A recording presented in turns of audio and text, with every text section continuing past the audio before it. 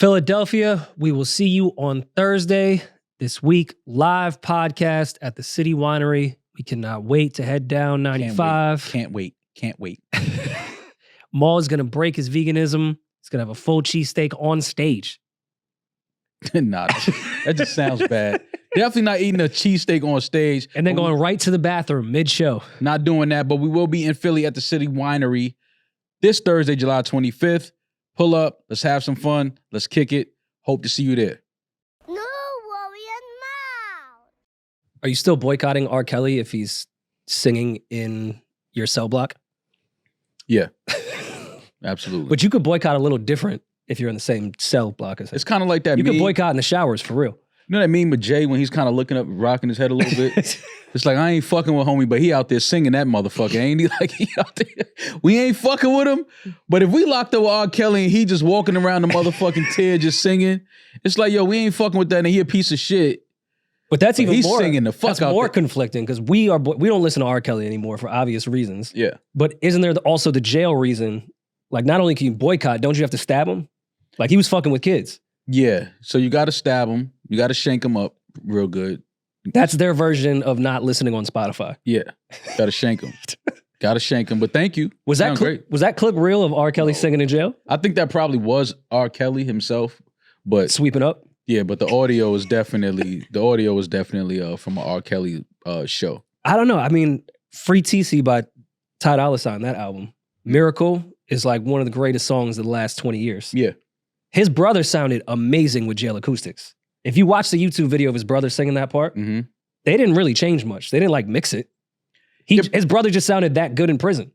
But I think it's different because they were in the cell when he recorded that, right? Yeah, but maybe So the Kel's acoustics in the cell is probably different from being that's, out in the in the actual, like, on the floor. I don't know, that where he was sweeping up like in that, area could have been like Radio City acoustics. You don't know how they shaped that whole cell. That's true. And then they probably knew how where it to went send through, him. yeah. They probably knew where to send him. They knew which correctional facility has the best acoustics. So let's send him here. But it is crazy. Imagine being locked up with R. Kelly. Though. Obviously, he's a piece of shit, but imagine being locked up with him. Like, and just walking past him, saying like, yo, this is R. Because it's still R. Kelly at the end of the day. Mm-hmm. No matter, he's in there for, we know what he's in there for, and we know how that's looked in the prison system, what they do to people like that. But this is still essentially one of the greatest artists that we've ever had. So now if I'm locked up with him, I probably had impregnated my lady to one of his records. You know what I'm saying? Like you could also impregnate him now that he's in jail to one of his records. See, by prison rules. Yeah, but we're in the free world. I don't know if you know that. Oh no, I know that. I know we feel like we're in prison sometimes, but this is the free world. We don't gotta think the way an emotional think. prison. Yeah, we don't gotta think the way they thinking in there, man. I mean, I don't know. Do you think Jeffrey Dahmer was happy that his man's made it when Life's first album came out? And he was like, my celly did it. Yeah, Dahmer, he probably bought the album. He probably bought the album. With Commissary? Yeah.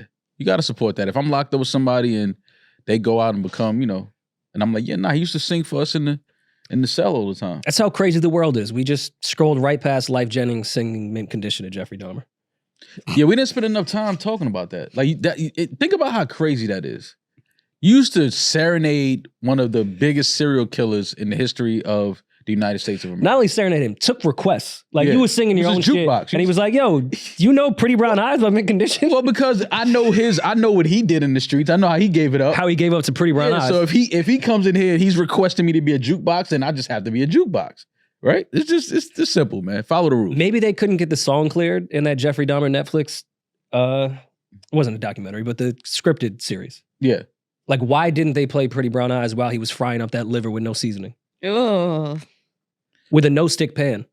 You know that liver stuck to that pan. Oh my God. You know that. Unless you use some avocado oil, which I don't. I don't take Jeffrey Dahmer as an avocado oil But guy. I didn't take him as a Mint Condition fan either, so anything is possible. Yeah, I know. That threw me off. I was like, wait, Jeffrey? I mean, listen, it's a classic record. It is. Classic record. Do you guys judge Drea Kelly for not changing her last name? Who? Drea Kelly, R. Kelly's ex-wife. I was having a conversation Oh. with someone over the weekend, and I do, me personally, but do y'all? You She judge said her for not changing it? Oh yeah. Why? Sure, I would. You judge Tina Turner for not changing her last name? I think that's a little different because Tina Turner was the star, Mm-hmm. and Well, Ike Turner was He wasn't as big a star as Tina, but he was known. He was known. He was a musician. Tina Turner was a star, and her whole career hinged on her being Tina Turner. Now, if she wanted to change it, whatever. And also, her husband wasn't he didn't touch children. He wasn't a pedophile.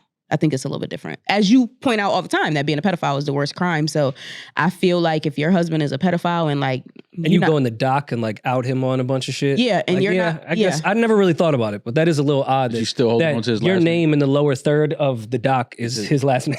Yeah. And you're not the star. But she said she was like, that's the only way people find me. Like people search me by that name. Who's searching Miss Drea Kelly?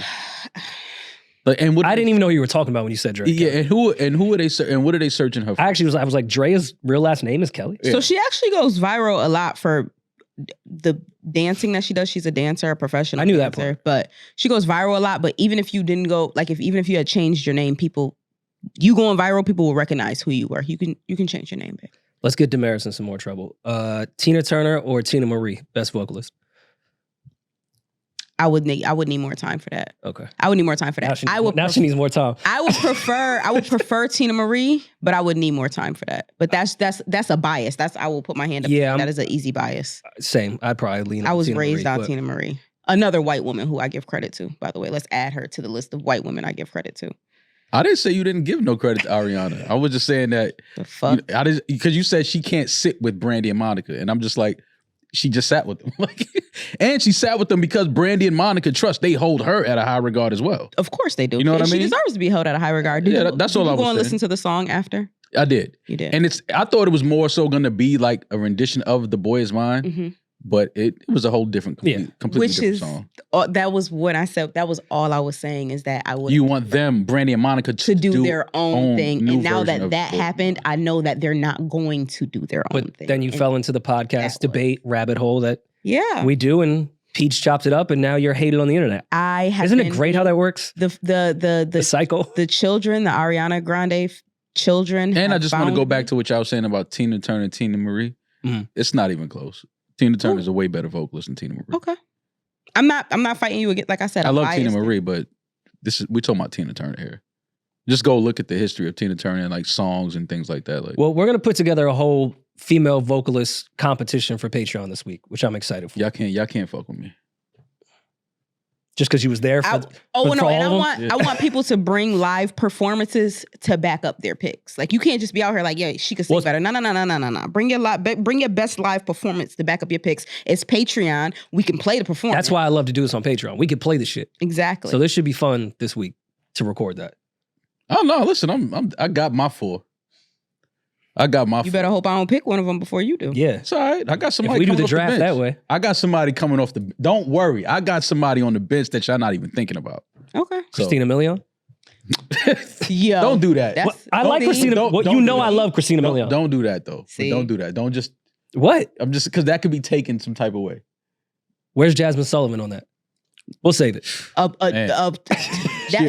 She's somebody first round pick for sure. If she doesn't go in the first round, my second round pick. Sure. That's my second round. If y'all don't pick, she's going in the first round. That's what I'm saying. Jasmine Sullivan is a first round. I don't know. Pick vocally. That'll be like when Savon and Alex didn't draft J. Cole in the first round. That was sick. That was great. Shout out to them.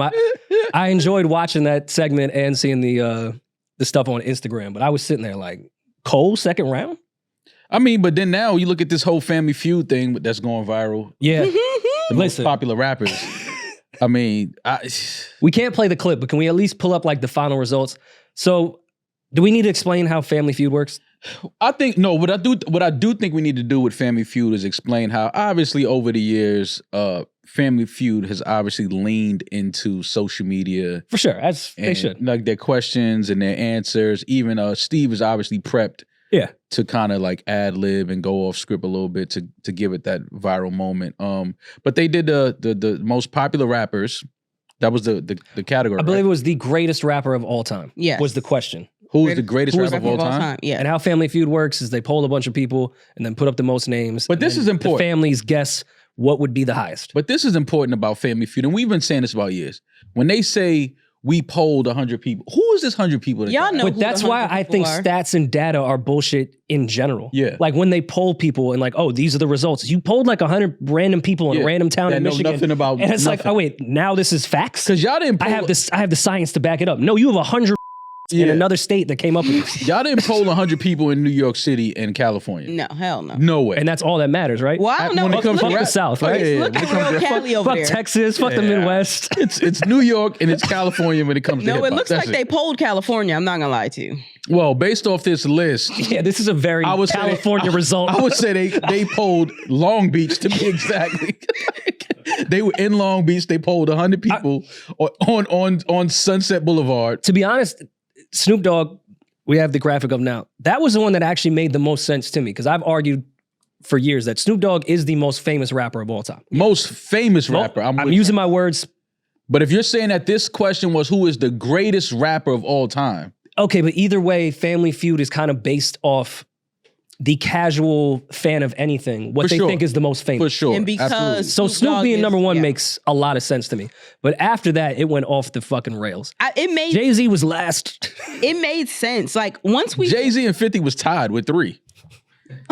Let's talk about that for a second. Okay, but the answers started popping up, me and Peach, like when we were watching it, once the answers started popping up, I'm like, oh, we can guess who's going to be next. Snoop Dogg's going to be number one. Like 50 Cent's going to be on here because this is most popular with, the majority.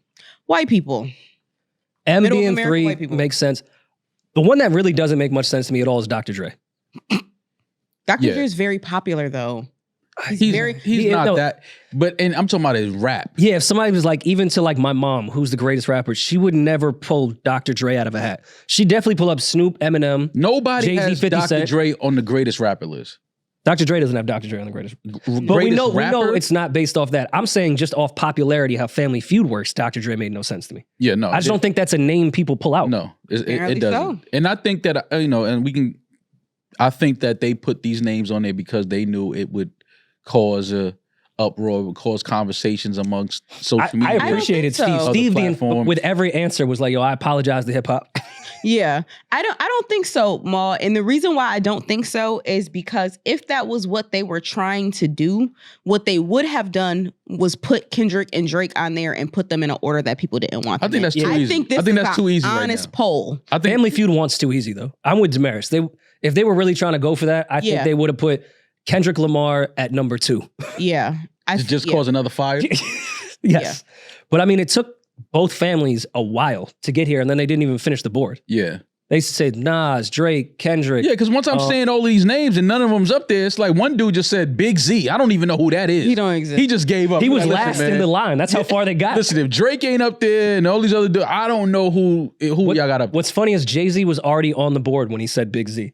Yeah. It's not like he mistaken. He's like, oh, I know it's something Z. He didn't care. He saw Jay-Z and was like, well, it's got to be Big Z. Yeah, naturally. He just threw in the towel after that. But this list, Snoop Dogg being number 1. Okay, Snoop is arguably the greatest. Not the greatest, the most famous rapper of all time. Most recognizable rapper. Tupac is arguably the greatest rapper of all time. Eminem, some people would say he's the greatest rapper of all time. Dr. Dre, we can agree, is not one of the greatest rappers of all time. Icon within hip hop. Oh, if we changing the conversation, then Dr. Dre is absolutely on that list.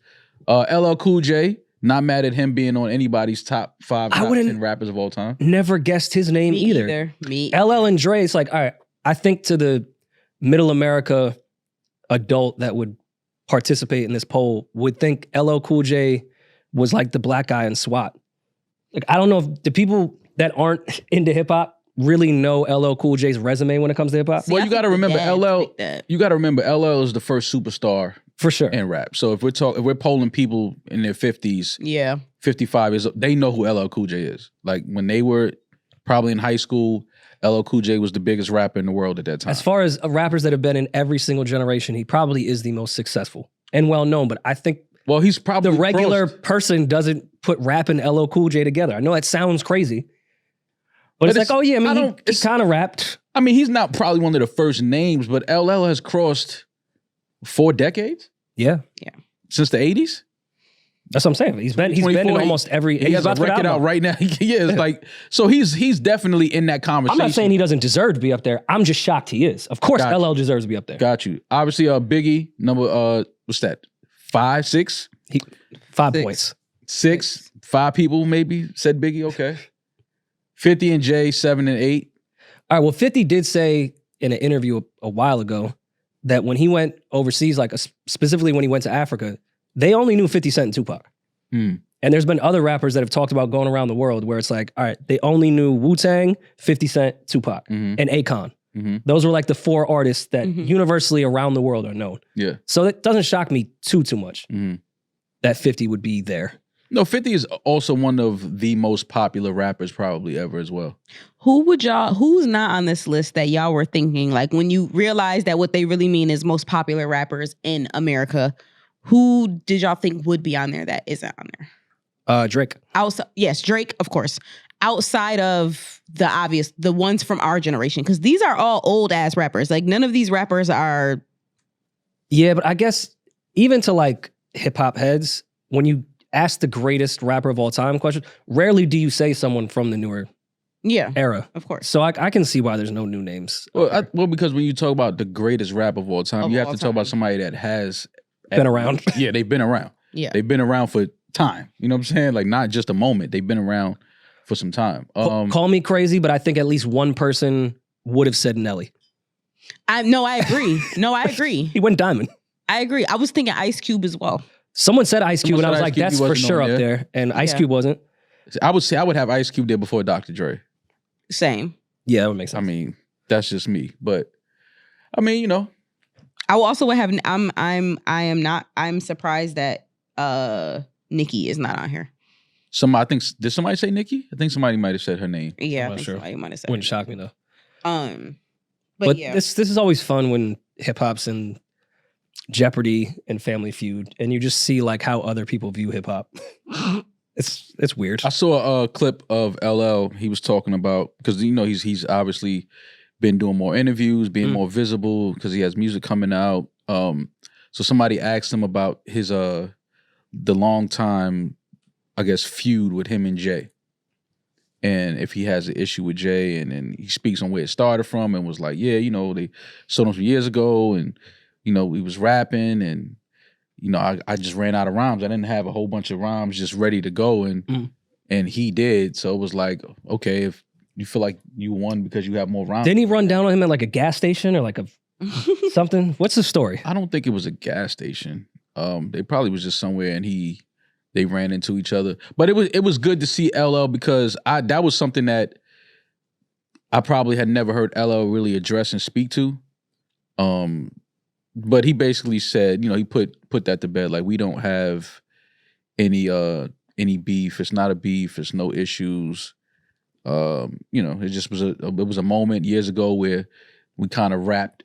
It wasn't a battle, but we rapped bars towards each other, and he just had more bars ready to go than I did. But I don't think LL is as self-aware about how sensitive he is, like outside of, you know, I Need Love in his catalog. His issue with cannabis, I think he gets very sensitive when rappers say one word about him. Like, he really gets in his feelings. Cannabis didn't say anything bad on that record, and it became a whole beef. Hove they freestyle back and forth. But we know that. Isn't this how rap goes? We know rappers are, well, artists, creatives are sensitive about their art and things like that. But rap is more, because it's where it originated from the streets.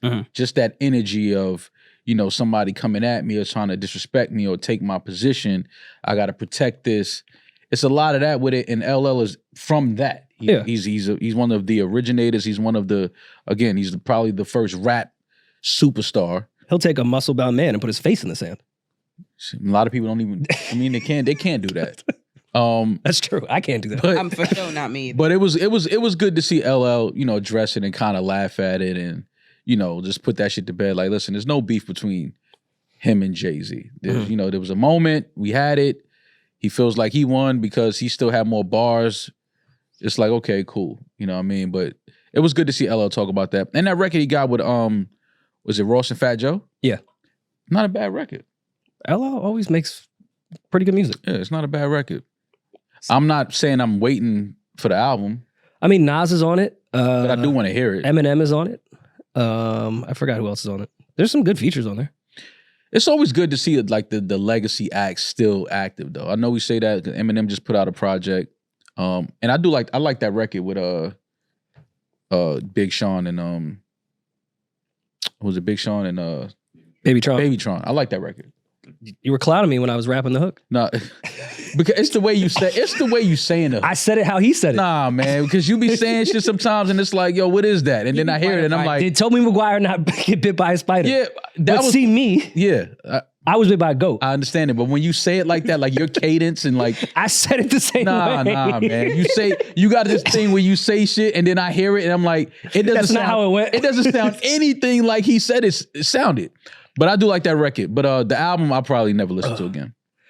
I just hope that like LL is marketed to the people that really can't wait to hear this album. Yeah. I'm cool. Like I'll listen to it, but I'm not going to run to it. He shouldn't be doing all the publications that are the young kids are doing. I mean, it's cool if he does it, but please, like, go on Good Morning America. Go market. But I'm not mad at him doing like certain. Go sit with Anderson Cooper.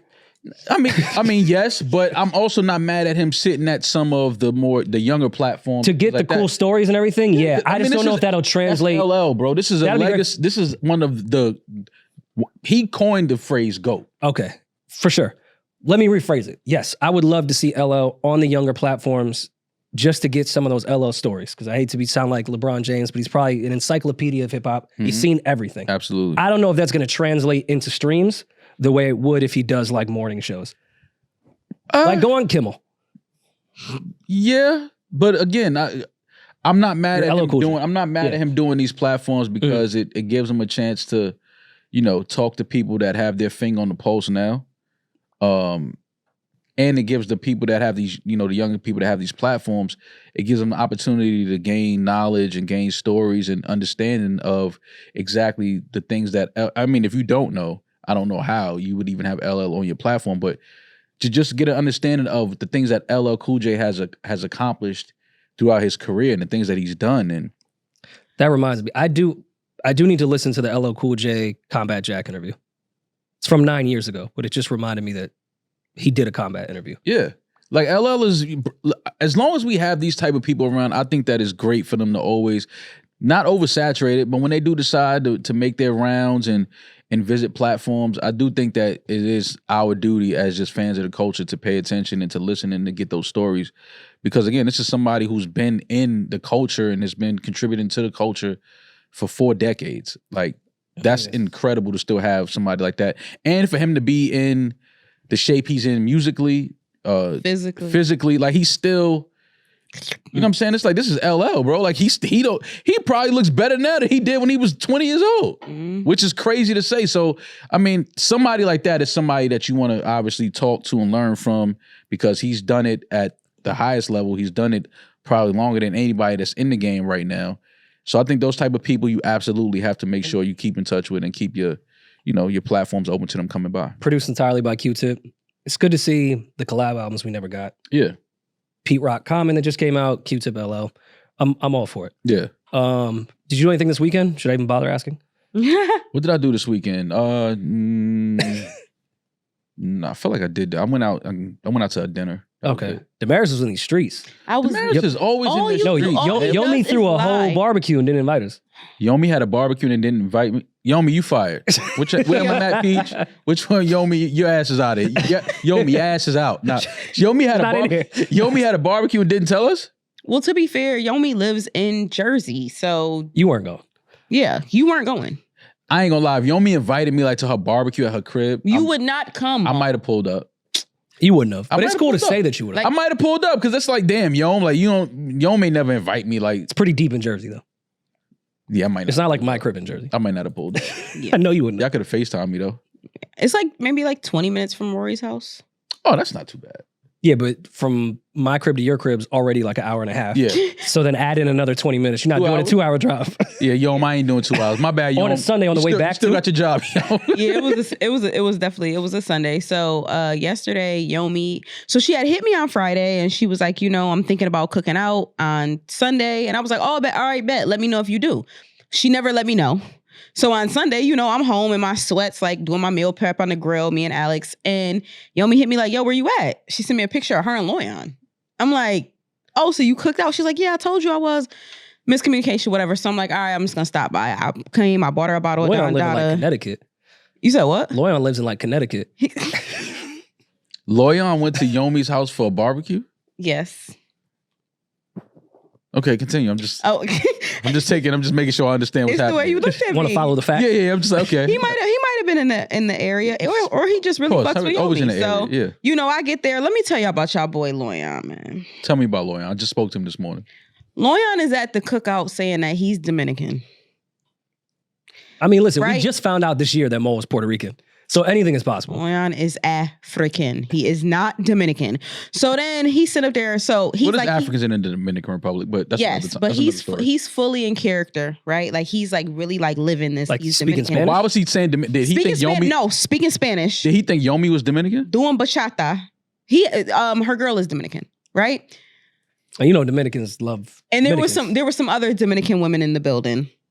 Now it's making sense. All right. See, Right? See, as you give me So- context of what's going on. So somebody requested. He's a chameleon. He's just adapting to his environment. Somebody requested Suavemente. You Oh, know all. The You should see when he's Latinos. around Albanian women. How crazy that lie is.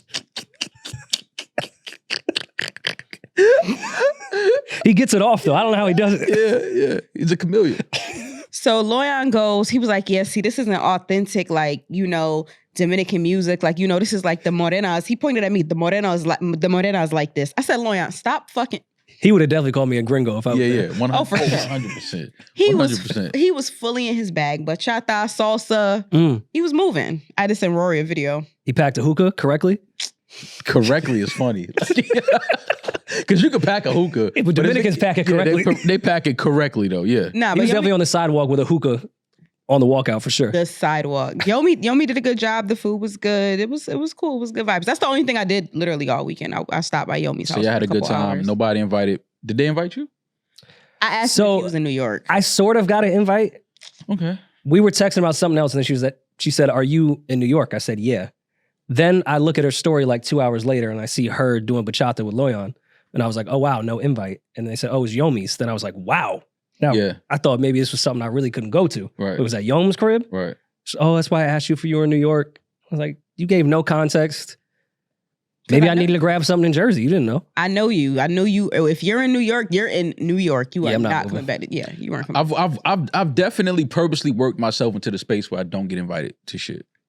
But do you ever feel a way No. that you don't get invited? No. Okay. Because those are the people I strongly dislike. Because I've worked my way into that too, and I don't get offended because people typically know what my answer is going to be. Right. So why even waste? Right. There are people that work their way into that box Yeah. and They then get mad when they're in actually that get box. mad. It's like, yo, you never, bro, you don't, scroll up. I've invited you to 10 things, 5 of which you said, yeah, I'll be there, didn't show up. The other 3 you said, all right, let me think about it. Yeah. And then other 2 you didn't even reply. You talking about me? Yeah, actually. No, because That you would sound ne- like my shit. 5 of those you wouldn't have said maybe to. Yeah, that's a fact. maybe 2. Yeah, that's a fact. Yeah, but I don't know, man. It's certain things that Yomi cookout, I ain't gonna lie. Being on a 2-hour commute is kind of crazy for a cookout, but I would have liked to have an invite though, just because it's Yomi. I fuck with Yomi. Would you have been from Puerto Rico or St. Thomas? Like, what would have been your swag once you showed up? Loyan is just a different, I've seen Loyan in London. All of a sudden he was British. Yeah, for sure. Yo. I was like, yo, I don't even like you just came in. You just flew in from Africa. Yeah. Like, I don't, I don't Golden know. girl invite. You said this is my bloke. I was like, Fuck is my bloke. Please. But y'all had a good time? We did. Can Yom cook? Can she grill? she looks like she could cook. Yeah, they were grilling. Yeah? Everything looked good. Yeah. Some ladies in there with some flowers? It was some flowers were Some in flowers the scattered building. around? Yes. It was nice. There were Any of only them, bud? 2. There were only 3 boys there. Hector was there. You guys have met Hector before. Mhm. I've never met I Hector. have no idea. You have. You guys, he's Eden's friend with the curly hair. You guys Oh, yeah, that's yeah. my guy. yeah. Yeah. I didn't know his name was Hector. My bad. Yeah, Hector was looks like there, does, Loyan, and then one absolutely. other guy. And So then it was the rest 3, and then it was like, how many women? of- 8. Oh, shit. Okay. We could have helped with the ratio. Yeah, we could have balanced it out. Could y'all Yeah. have? It could have been 5 guys and 8 girls. That sounds like a better party to me. Huh? I've been waiting for Rory 4.5, to because throw. I would have been just like the gay bestie trying to help my friends. Yeah. We've been waiting for Rory to throw a cookout on his rooftop since he bought the house. Yeah, it's probably not going to happen. Yeah. Yeah, nah. No, 4th of July I did. You guys just left? No, I stayed there the Oh, you whole did stay. time. I think I stayed the night. Yeah. I don't know. The past 2 weeks I threw way too many, so I'm done. Cookouts? They were after funerals. You guys. Oh, okay, all right, cool. Oh yeah. But I realized why I don't throw cookouts after those 2 cookouts. I was like, this is why I don't do this is why I don't do this Yeah. shit. You stuck cleaning up everything? Then there's like 2 or 3 people that hang out after, like, yo, you need me to move? At this point, just go home, bro. Just go home. Just get out my Just house. get the fuck out. Yeah, just get out my house. Take a bag down the steps, throw it on the side of the curb. So you said you started watching The Bear. I did watch The Bear this weekend. You watched all 3 seasons or just? No, I'm midway through the 2nd season. I love that show. You would really like it. I gotta watch it. I definitely gotta watch it. I've heard great things about it. And then obviously, our guy Chef Jamal, rest in peace. He held that position at 11 Madison. So I'm definitely gonna make sure I watch it. It's a really, really good show. And I already had a lot of respect for people that work in kitchens and restaurants and hospitality in general, but that puts a whole new perspective to it. Like, oh, it's hell. yeah, that shit, it looks chaotic. But like sort of fun if you're into that type of thing. Yeah. I feel like I would thrive. You got to be passionate about that type of work. Like when you're talking about working in, a restaurant and chef and all of that thing, that's something that you have to be passionate about. You have to look forward to doing that. If not, you feel that pressure and overwhelmed and anxiety and all these things, stressed out. It's just not a good combination. But I've heard great things about the show The Bear.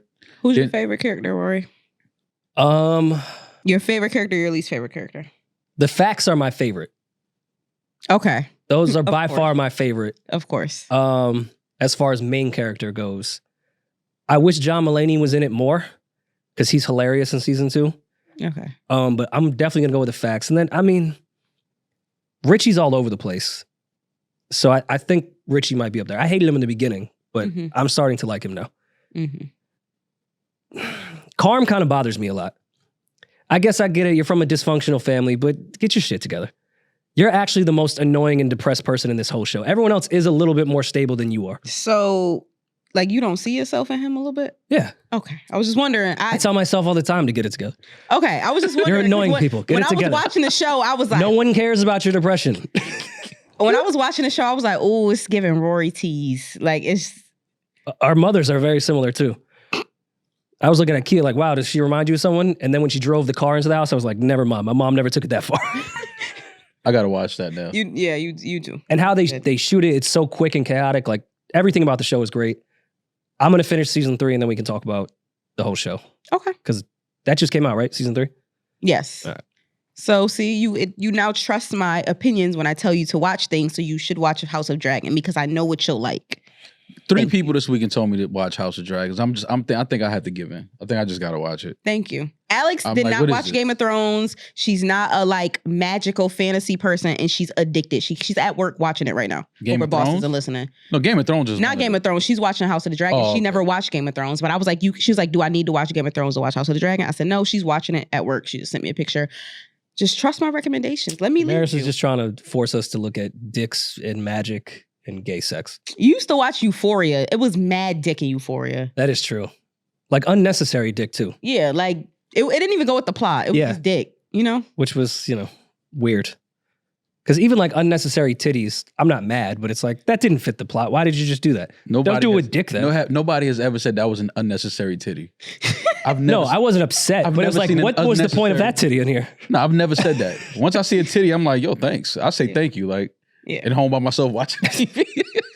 Thanks. Thank you at home by yourself. What do I owe for this surprise? Whoa, I needed that. Thank you. Like, you know what I mean? You've never seen something, a titty popped out and then somebody was mad. All those movies, like those National Lampoon movies that my pop showed me growing up, like Animal House, Caddyshack, like all those. Yeah. So many just unnecessary titties and bushes, like nothing to do with the plot. And then there's just naked women showering, like next to the golf tee. Yes. And you're like, oh, what was that for? Because see, titties are very unique. Everybody has sucked a titty. Not everybody has sucked a dick. I guess that's pretty factual. Well, some women can't breastfeed, but I see where you're going. Not everyone has sucked the titty, Maul. Who never sucked no titties? Some women can't breastfeed. Plenty of women have never sucked a titty. Really? Yeah. There's some straight women in the world. A lot of women have never. I'm saying that you had to breastfeed. You probably breastfed or something. A lot of people weren't. I wasn't breastfed. A lot of people weren't. You wasn't breastfed? But you sucked titties. No, my mother's boobs are way too huge for me to breastfeed. For her to breastfeed me or my sister. Her boobs was too huge? Too big. That's the thing? I never knew that. Yes. I thought that was more milk. That's the thing. No, her boobs were too big. We thought you couldn't could get tighten those up. We wouldn't latch. Yeah, a big boob? Mm-mm. That's like, it's like a baby going to Costco. It's like a feast. That's 7 fishes on Christmas. Yeah, a big boob is like going to fucking BJ's and getting the fucking. That's a Costco card. You get the unnecessary jar of mayo like that. That's gonna expire by the time you finish You're gonna have that jar in your fridge for 7 years. Like nobody's eating that much mayonnaise. You know what I'm saying? Big boob, you can't breastfeed? No. I've never heard of that. Yeah. Oh, y'all should have called Add me. in your mama's titties to Cheaper by the Dozen, problem solved. That movie's over before the credits roll. Everyone's happy. I never knew that a titty is too big to breastfeed. It can't. Some kids won't latch because, especially if depending on like the shape of the boob and stuff like that. Because if you have to lift the boob up to feed the child, like it's a lot. I could see that being a real issue. Because you can't breastfeed your kid down here. It's super Shit, I've seen it. I've seen some mothers hold that baby down. I'm like, what is she? Oh, sorry. I didn't know the titty was drooping that low down. Yeah, like. I'm just saying, big titty is for a baby. I think it's like taking a kid to Dorney Park. I don't know. Like, it's like, you kidding me? Where I'm a sexual predator that we found out last episode. Yeah. Why you brought that back up? We be trying to forget the shit that you say, and you just we be trying to forget the shit. I'm not a politician. I own my shit. This is part of my history. I love that about you, man. I'm not allowed within 15 feet of Dorney Park. Speaking of breastfeeding, though, I was moving around the city with Amara. It was nice out, wasn't too hot, so we were just walking around. Having a stroller to me is like my new favorite thing because it's for the first time in my life I feel like a priority within commuting. Like the sidewalk really parts for me with a stroller. People hold the elevator for me. People get up out their seats on the train for me. I like now know what it's like to be on the other side when it comes to commuting. Yeah, I feel like a woman. You found another privilege, huh? One thing about a white man, he gonna find another privilege. I'm telling you, people stop. Cops will stop traffic for me. It's incredible. Oh, so that's why white people have their kids in the stroller to their 9. Yes. Another community too, but I ain't gonna say it. Listen. Oh, I know that community very well. We're here, actually. Loyon's part of it. That's funny. I was thinking though, once Amara is like too big for the stroller and can really walk around, I think I might take the stroller where you can't see the baby and just use it when I walk around the city. Like no kid inside. Yeah. Just use it as your book bag. Yeah. That's smart. Going up and down the subway steps with a empty stroller is crazy. No, they have the elevators at certain stops. Okay. Taking the elevator on the subway is crazy. Oh, you don't have to pay for the subway. Cops all the time open the door for me. You got it. Don't even swipe. I've seen that a lot. I've seen police do that at train stations. Like if somebody has a stroller, they definitely just let them in. Pretty much putting more cops at subway stations is just letting people with kids in for free or cops that are on their phone. That's all that it's really added to. Every cop when I walk in a train station is like this. Yo, when cops became so fine, this is why I need Yomi. When did cops become so fine? Cops used to be ugly. It used to be an ugly profession. It was one of the professions like plumbers where people are just ugly. You expect that. Except for movies. Cops are always attractive in movies. Yeah, of course, right? Denzel. But now they all got like low cuts and they all cleaned up beards and everything. I'm like, oh, y'all are trying to like... Remember the sniper at Amara's first birthday? Yeah. Detective. You didn't say that when we were there. He doesn't like people to know. Not wanting people to know you're a detective is hilarious. Why would he just be making up his profession all the time? But why wouldn't you want people to know you're a detective? I'm sure because he's black, he's gotten a lot of like negative looks his way when he just says, I work for the NYPD. Oh, okay. I'm sure it hasn't been like the best conversation in the circles that he walks in. Like, yeah, I'm a cop. Yeah, but that's why you need guys that you grew up with that you know are cool. That's what we were debating. Look at cops differently. Like, okay, my homeboy's a cop. Once we scared all the hoes at Amara's birthday party, we were having that conversation of like, he grew up in Harlem. Like, this is the type of person you would want to be a cop. Knows everybody in the neighborhood. Yeah. Like, this is good policing, in my opinion. Absolutely. So. That's a conversation we can have another day. What? A guy growing up in Harlem, becoming a cop, and then now patrolling the streets of Harlem? Because in ideals, that sounds like the perfect type of cop. But history has shown that doesn't always... That's a different conversation we can get into a different day. But it doesn't always work out like that. I mean, it could lead to some corruption for sure. Because he knows everybody in the neighborhood. Yeah. But one could also argue at specifically in New York, that may have been a safer time when the cops and the criminals were in bed together. Yeah, very true. A much safer time. It's what people don't understand about, because yes, there's corruption obviously in policing and having people in communities that they grew up in, policing those communities. The thing about it is the cops really don't, when you talk about like as far as drugs, right? Police don't really get involved until like homicides and shit start happening. Mm-hmm. You could sell drugs for 30 years in a neighborhood. If there's no crime, no shooting, no killing, the cops ain't tripping.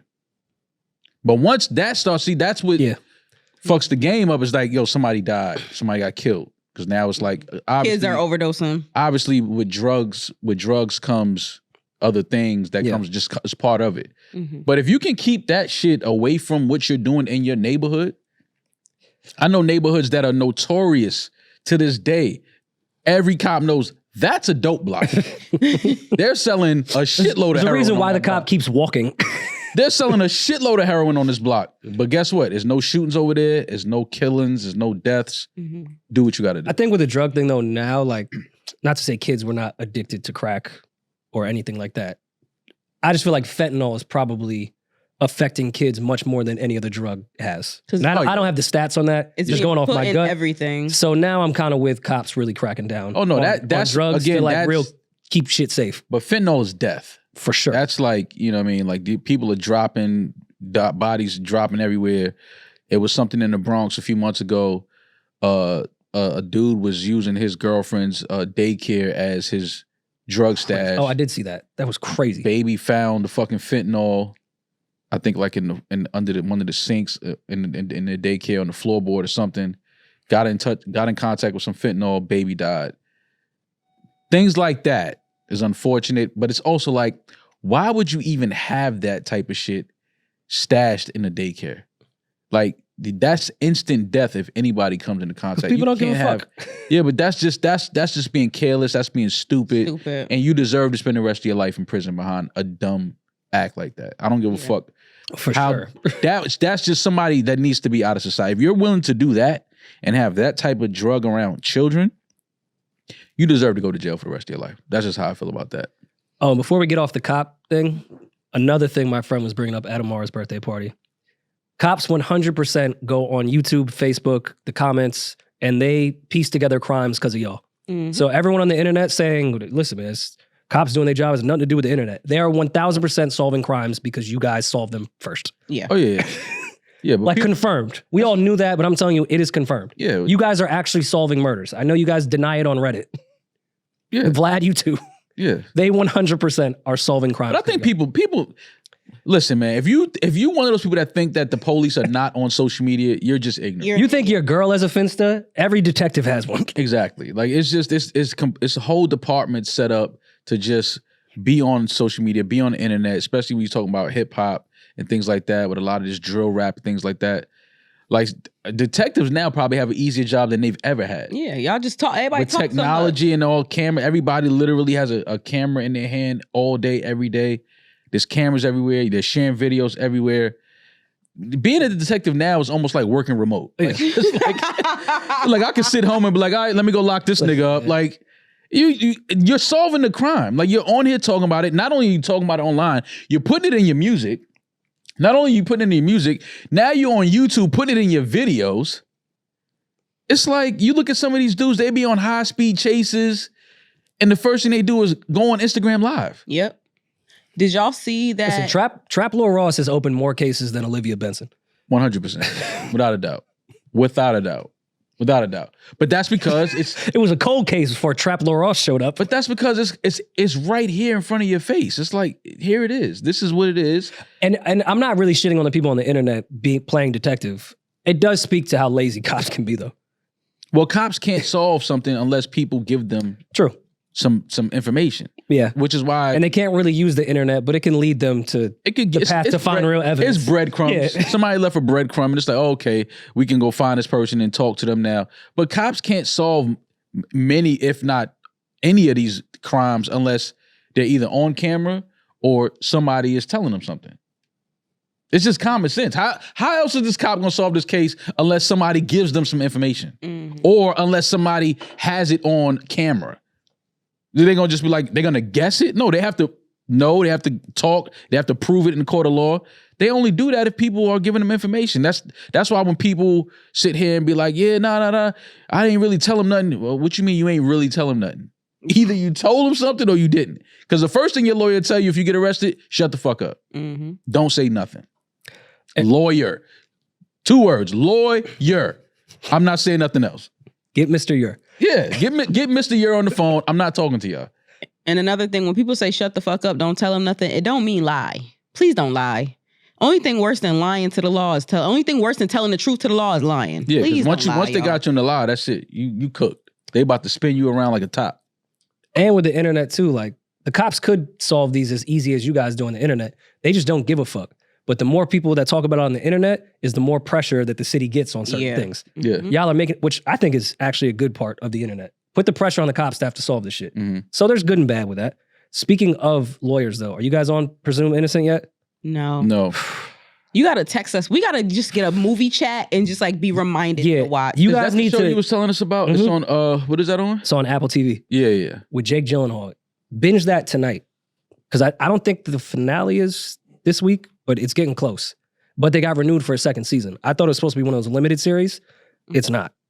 That show is probably one of the best series this year.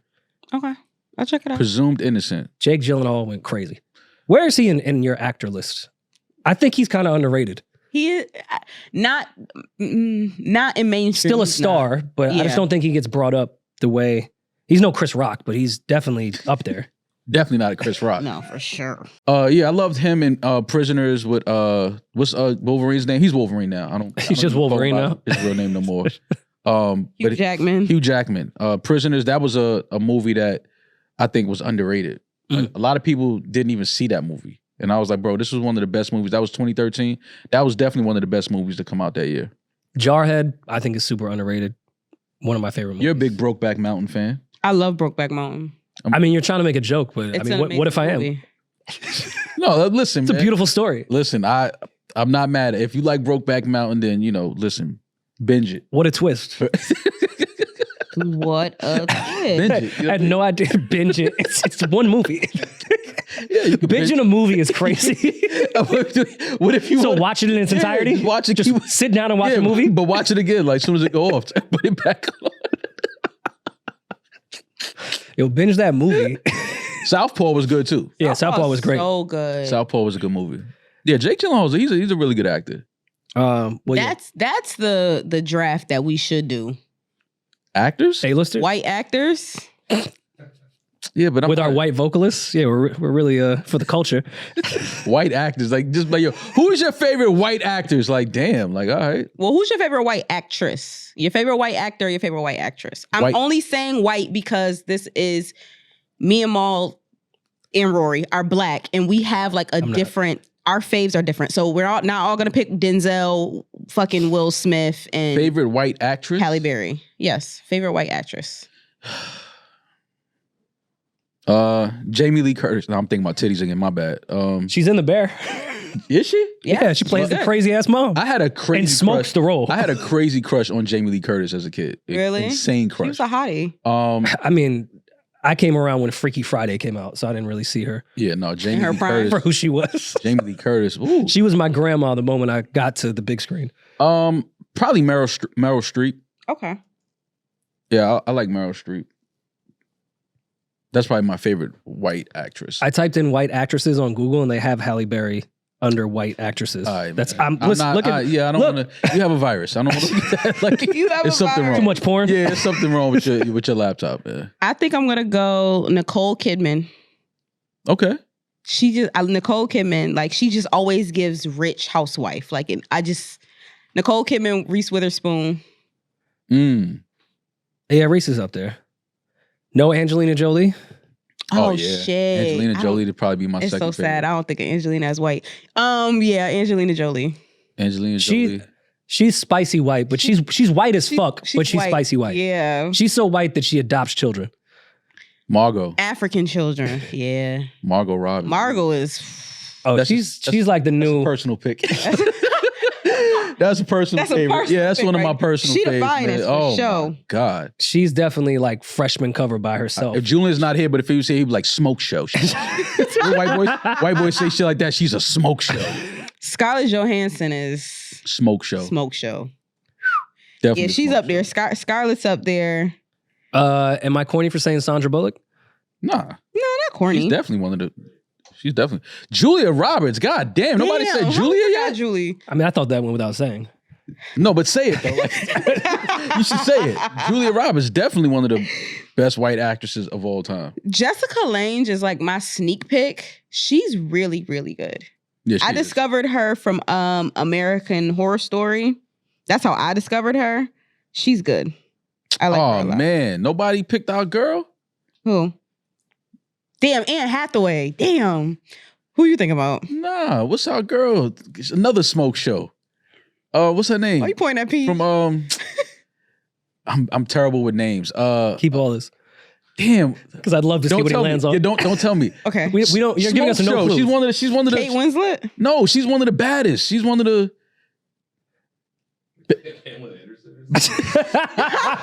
You said Pam Anderson. No, not fucking Pamela Anderson. Fucking from my favorite movie, Maggie Smith. Casino. Oh, what is God damn, I know. what is Ginger's name? Yeah, with Ginger. Fuck it. She is Ginger though. Sharon Stone. Smoke show. Yeah, can't go wrong. Are you kidding me? We said Natalie Portman already, or Jodie Foster, sleeper. Jodie Foster, yeah. Silence of the Lambs alone is like, she's forever cemented, but just from that role. Outside of Google having Halle Berry on the white actresses list, this is just how crazy. sexist the world is, right? So the first Google search, white actresses, they just give us a bunch of pictures and names. Mm-hmm. Then after that, it's most beautiful Caucasian actresses, 900 beautiful white actresses, 40 actresses in their 40s that still look beautiful, that still look beautiful. the 400 plus most beautiful women in Hollywood, 150 female actresses. Woo, switched it up. That's the first page. All about their looks. Of Yeah. course.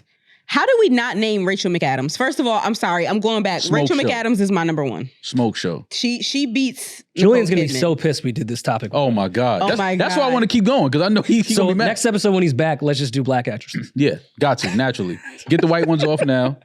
Charlize Theron, Smoke Show. Ooh. Nobody said her yet? Damn, y'all ain't say Cameron Diaz? I never knew because she went to high school with Snoop.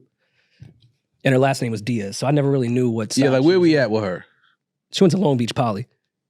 Stop. If you, Like she's really a Crip. she would have survived during the Holocaust. That's a white woman. Is she Wait. What Diaz? I'm staying away from Was it Anne Frank Diaz? What you mean she would have survived? And Wait, what does she have to do with the what does she have to do with the Holocaust? Crazy. I have It's no a idea. blonde hair, blue eyes joke. Oh, okay, got you. Did I tell you about the time I really went to like the house that Anne Frank lived in when I was in Amsterdam? No, you never told us that. It was in Holland. Did you go up to the attic? Yeah.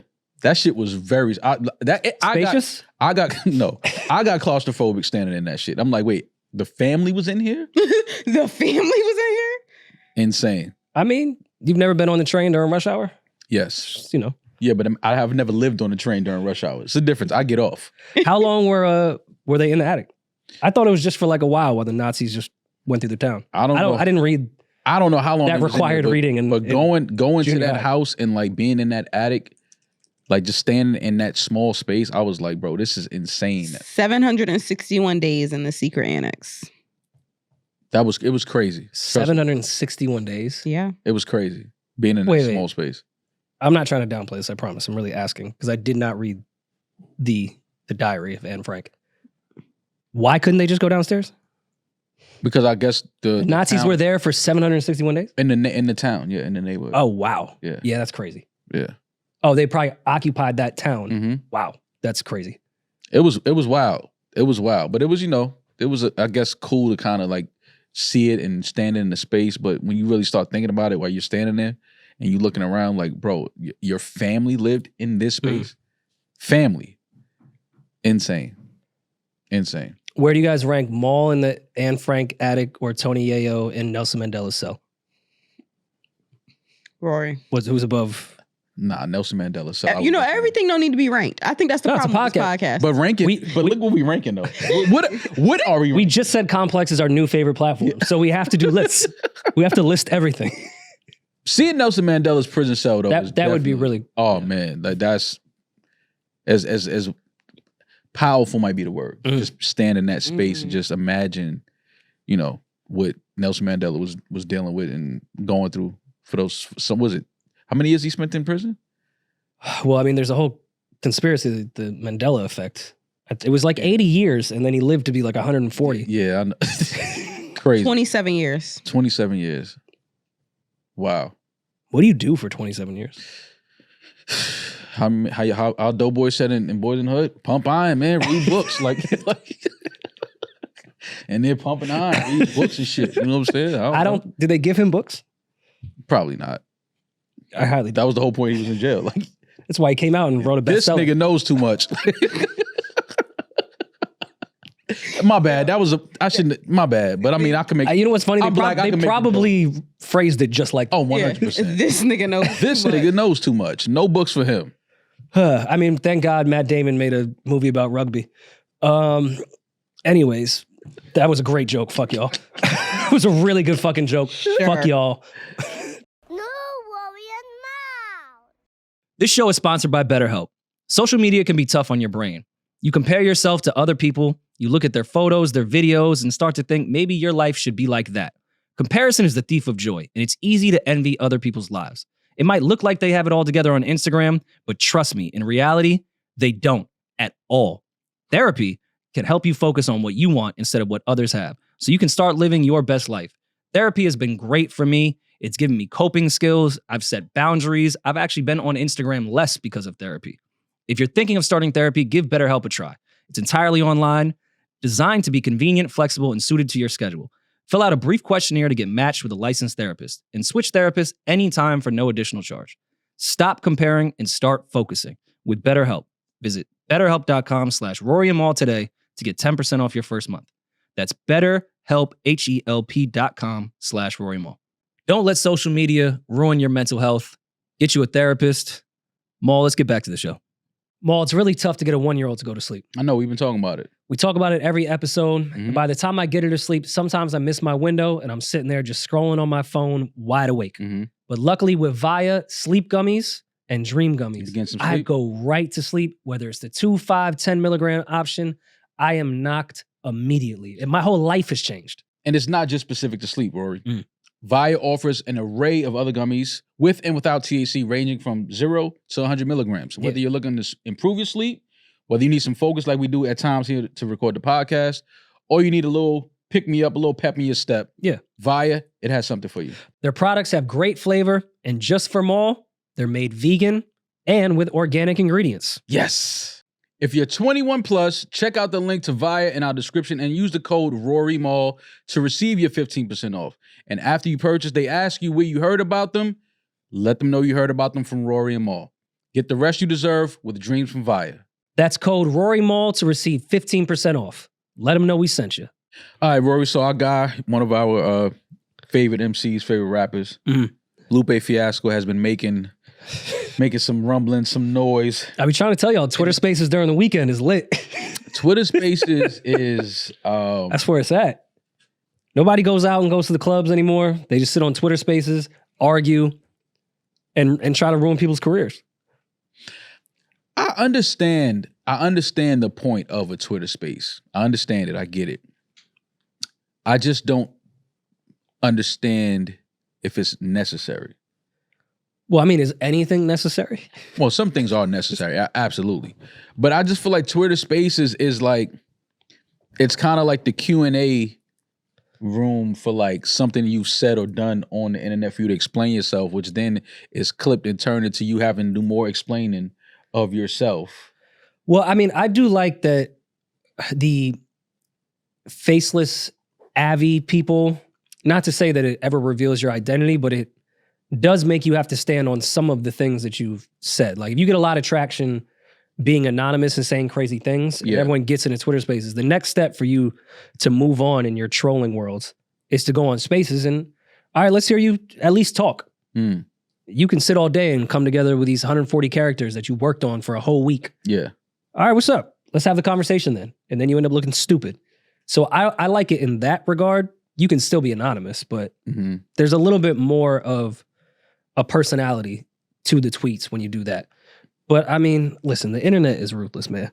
First they knight you, then they're gonna good night you. Now all of a sudden, Lupe Fiasco doesn't have a career, has been trashed forever. I mean, this is why he's not smart. Yeah, I've seen people trying to bring up clips of him at some of his classes at MIT. He's basically Logic. I saw that tweet going around. Yeah, that's crazy. This is like, this is Lupe. What the fuck? If you don't know about Lupe Fiasco and the history of Lupe Fiasco, and I don't know what to tell you, but he's definitely one of the sharper minds that we have in our culture when it comes specifically to hip hop. So he's been on Twitter Spaces and talking and things like that, and been very vocal about his I guess feelings. I see it's similar to what I see a lot of people of like, yo, I used to be a big Kweli fan until he got on Twitter. Then I started to dislike him because I got to know him more. That's what I think they've been doing with Lupe this weekend. It's like, all right, so you just want him to shut up? Just shut up and rap so I can have a better image of you? Yeah. Like, you don't want him to be himself? Yeah, you don't want him to explain and tell you more about the man that he is and his thinking. Like, damn you, Kweli. I'm never listening to Get By anymore now that I know I disagree with something that you said. So he well, Twalib he had a little bit more than what. It wasn't just people. I don't know. I just know that's how people. I was gonna say he was harassing this girl on Twitter for like a while. I vaguely remember that. I didn't look too much into it. It's a little different. But wasn't his reasoning that woman was harassing his family? I don't know all the details. I think it was one of those like, you can't get mad at my response once you do something. Oh, okay. I think she had said something or did something, and Kweli just took it to a whole nother level. Yeah, when they go low, we go low. We'll go to hell. Got you. But I don't even really want to comment on that because I don't fully know that entire thing. Nor have I ever followed Kweli on socials. I like him as a rapper, and that's where I've drawn the line. I don't know him or read his think pieces. So what is Lupe's? What are people upset about? Obviously, his stance and his opinions and feelings towards, I guess, Kendrick. Well, I tried to keep up with it over the weekend. I wasn't really on Twitter like that, but Sunday night and this morning, we're recording this Monday morning, I was trying to figure out exactly what the entire conversation was. And this, I feel like, is the first Twitter Spaces where the whole 7 hours isn't recorded. I could only find like a few clips that were out of context, and I'm not just going to go based off a bunch of random Twitter comments to say that's what happened. The clips I did see, the main one was like 4 minutes, and he was discussing that you should have a PhD in hip hop if you are going to say who belongs in the culture and who doesn't.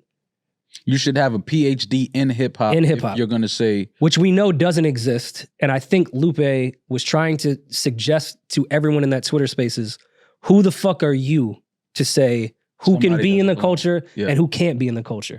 What have you contributed to this culture? What do you know about this culture? Who the fuck are you? Okay, I think that's what he would. I'm not mad at that thought. And then I saw a lot of think piece tweets that were like, well, the point of hip hop is that people can survive and persevere without having to get a degree from a university, and they suppressed everyone that was in hip hop to go to college. I'm like, I don't think that's what he was getting at. Right. I think you're taking this think piece too literal of what he was saying. Like, you guys can't say who can be in the culture and who can't just because you have a Twitter account. Who are you and what have you contributed to even make a comment about someone that continually contributes to hip hop, and you're saying they don't belong in here? Who are you? That's what I think Lupe was getting at in that conversation. That's just my point of view. I think it's just funny the people that we start to say don't belong in the culture. It's like, do y'all know some of the motherfuckers we let in? Like, you know the things that they've done? Like, we got some... Me. Sure. We got some people in here. We got some people in the culture already that have been here for some years that we ain't gonna start with, at the top. Let's start at the bottom. A lot of these motherfuckers that's just walking around, they need to go. But I do understand what Lupe is basically saying, because if you're gonna say somebody doesn't belong in the culture, first of all, what does that mean? You don't belong here. What does that mean? Because hip hop has always been a culture that has been open. Doesn't matter your race, doesn't matter your gender, doesn't matter, like, it's always been an open space for people to express themselves creatively. It's always been a voice of the inner cities, of the communities.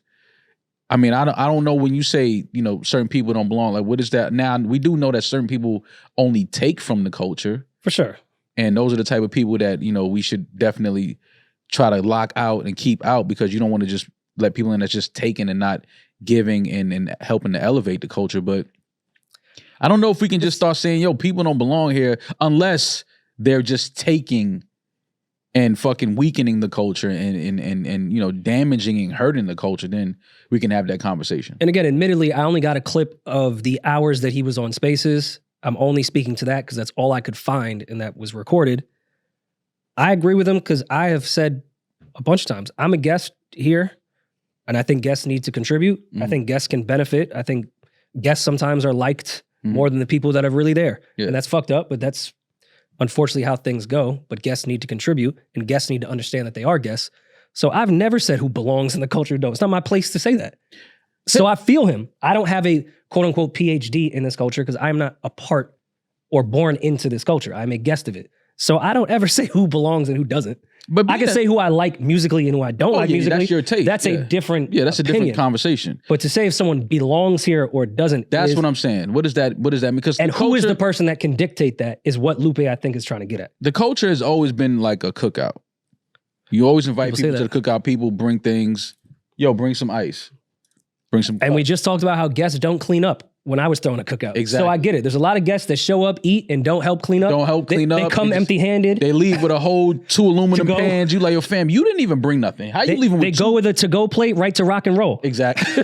straight to the rock and roll barbecue. Like, yo, we know where you got that plate from, fam. Yeah, you like, showed up in a white Iverson jersey, and then you went right to rock and roll. Oh, that was good, Rory. Go, Rory. Go, Rory. What's your beef for Post? I don't have a beef with Post. No. You got a beef for Post Malone. White on white crime. Because you've alluded to that a couple times. I don't have a...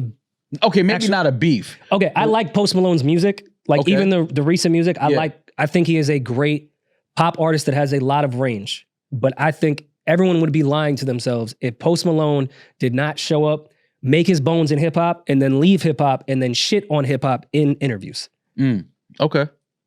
All right. Like that quote, and listen, we're not all tied to every last thing we've ever said. Post Malone, I would have appreciated if he would have walked back his statements of saying that hip hop doesn't have any feeling. I'm paraphrasing his quote, but it was close to that. That I don't go to hip hop for feeling or lyrics. It's not that. I thought that was insane after you made your career with White Iverson, which was clearly biting from hip hop. And then you moved on to be a pop, rock, all over the place star. Well, to be fair, there's more to his quote than what you're saying. What he said was, if you're looking for lyrics, if you're looking to cry, if you're looking to think about life, don't listen to hip hop. There's great hip hop songs where they talk about life and they spit that real shit. But right now, there's not a lot of people talking about shit. And I think that's a extremely, what was this, 2017? Yes. Extremely ignorant quote to music that was out in 2017 in hip hop. Okay. But there was a lot of bullshit out.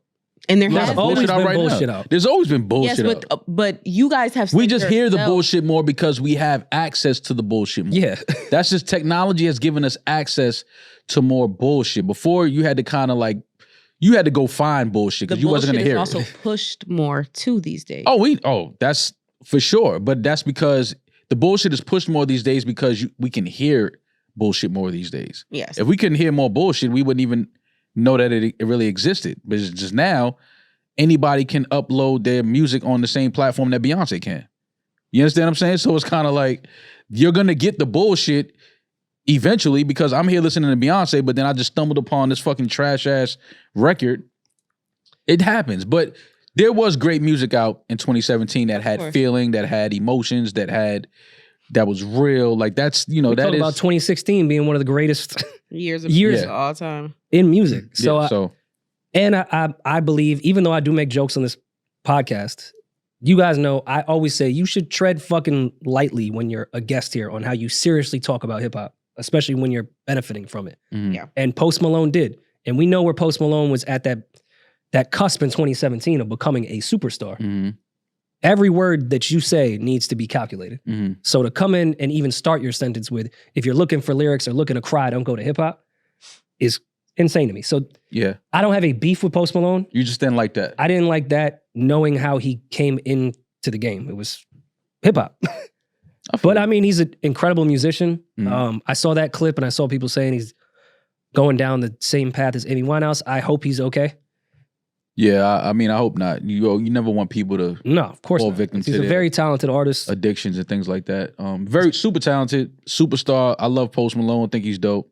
Don't like what he had to say in 2017, but I've said things that people don't like, so I get it. I Listen, understand. ASAP Rocky has said some absolute bullshit at the wrong time. Yeah, That he was getting Geechee in Soho. I don't give a fuck about black people dying by the police. Mhm. Artists have said some bullshit. Absolutely. Some wild Yeah, shit. That for slipping sure. on semen, like he got a wild track. I don't know if those are in the same. Yeah. Demaris put them I don't- right next to each other. That slipping on semen. I get it. I know that you didn't A like wild that, nigga, like but I get it.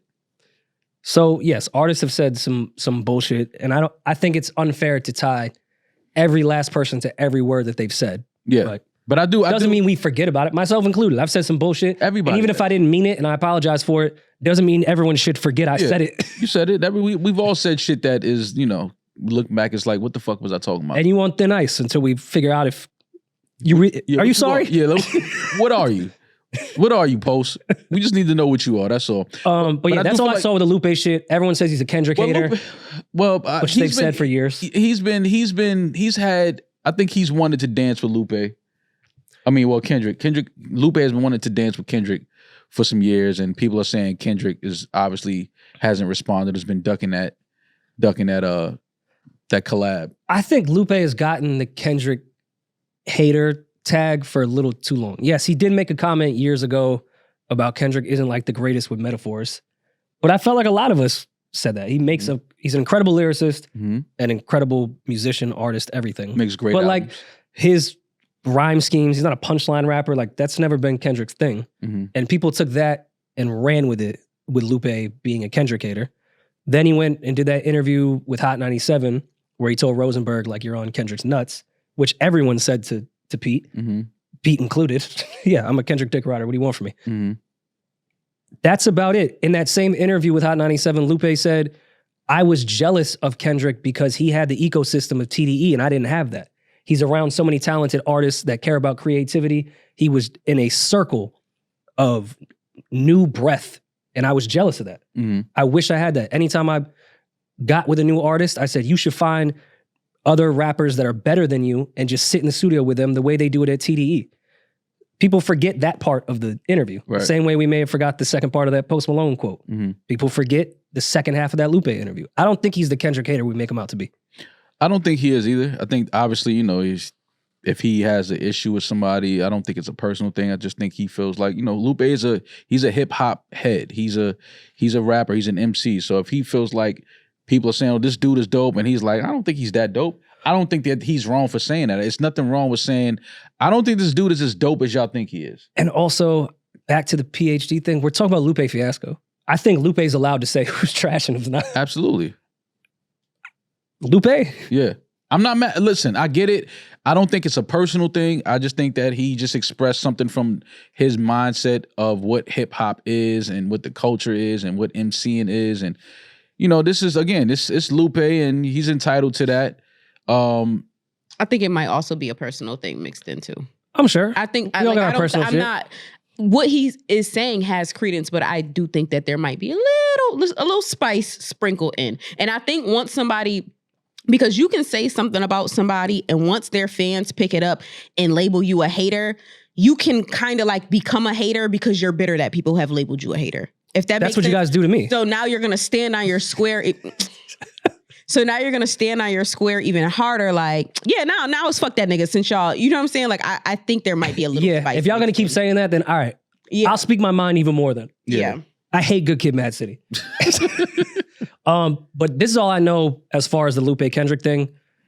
I'm open to being wrong. There could be way more hate that Lupe has spewed about Kendrick that I don't know about. I'm just going based off what I saw.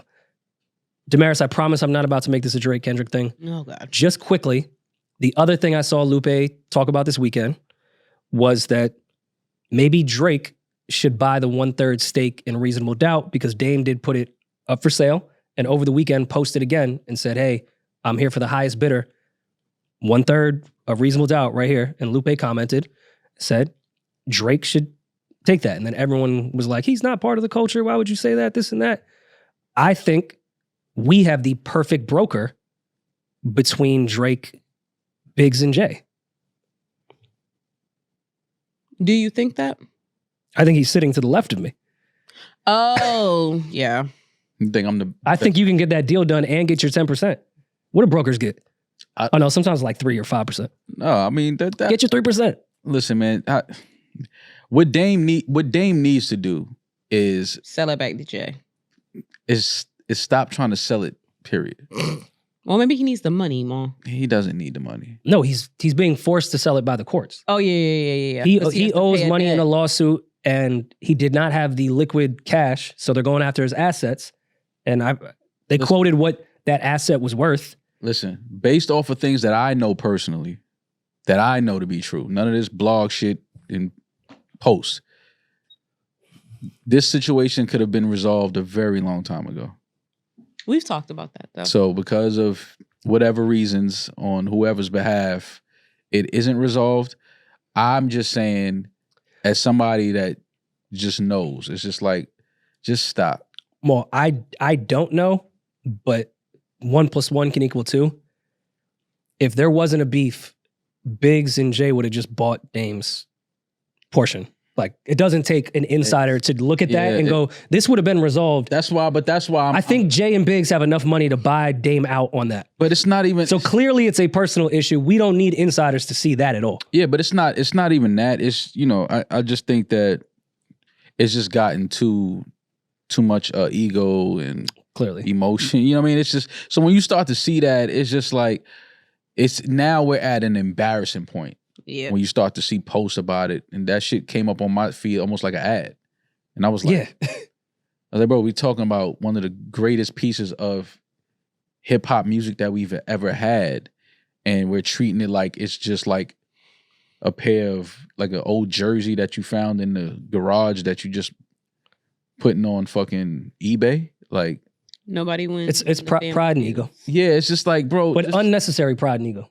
Just stop. You know what I'm saying? Just stop, bro. Like, there's still time and space to, talk and hash things out and get to a better place, and just where we don't have to see this type of shit happening. Because like I said, now you got people saying, oh, well, you should sell it to this person because then it'll be safe. And that shouldn't even be a conversation that's being had. Well, it was Cam and Mace was the rumor a few months ago. Yeah, but that then this weekend even confirmed that don't need to be a conversation. It doesn't. None of these people need to ever be talking about, yo, you should take that and sell it to. That shouldn't even be happening, because it ain't happening with some of the greatest rock and roll albums of all time. Of course. It ain't happening with some of the greatest R&B albums of all time. Well, it ain't happening with some of the greatest country albums of all time. Well, actually, I think that speaks to how ill Dame, Jay, and Biggs owning Reasonable Doubt is. Because all those rock albums aren't for sale because the label owns all the masters. Well, the artist could never even sell it. That speaks to which is why this is more of a unique situation that we need to protect and we need to fucking honor forever and be like, yo, like, no, you own it, he owns it, he owns it. That's it. Let it stop there, because, like you said, a lot of people can't even say that they own those classic albums. Yeah. Mm-hmm. So that's what, now it's to a point where it's almost like we treating this shit like a pair of fake Jordan 1s or something. Like, what do we... Yeah. Like, you know what I'm saying? This shit is on. You don't put it on GOAT next or StockX? Where's this shit going next? But that's how I'm looking at it. It's like, where's this thing going next? Like, what happens next? So in conclusion, you won't broker the deal between Drake and Biggs? Absolutely not. I won't be a part. Be a good percentage, man. Won't be no brokering happening. You'd make a good real estate agent. Probably. But it won't be no, I don't think it'll ever be sold. I think it'll stay with who it belongs with. I did get around, this just reminded me, I did get around to watching the Taylor Swift versus Scooter Braun documentary, where one episode is Taylor's side, the other is Scooter's side. How scared are we? I know you just got it from Ariana Grande fans. Taylor Swift might be full of shit, man. As far as what? Oh, I was on her side that first episode, because Scooter bought her masters. Yep. And that was the whole thing. She was re-recording everything. We covered it for years. Mm-hmm. So this documentary, which I want to say is on Apple TV, I could be wrong. Again, first half is Taylor's side, second half is Scooter's side. Once we got into Scooter's side, and the gentleman, I think Scott something that own the label, that own Taylor's masters, he flat out showed that he told Taylor, you could buy your masters back. And she ignored it. And then Scooter was like, wait, they're available? Bet. Why wouldn't I buy those? I don't really know who the bad guy is in this. And I think it might be another term of Taylor playing victim. Yeah, see, you look at you nervous. Yeah, I'm terrified. Shit, I ain't fucking with no Taylor Swift fans. They already were on my ass before. I'm good.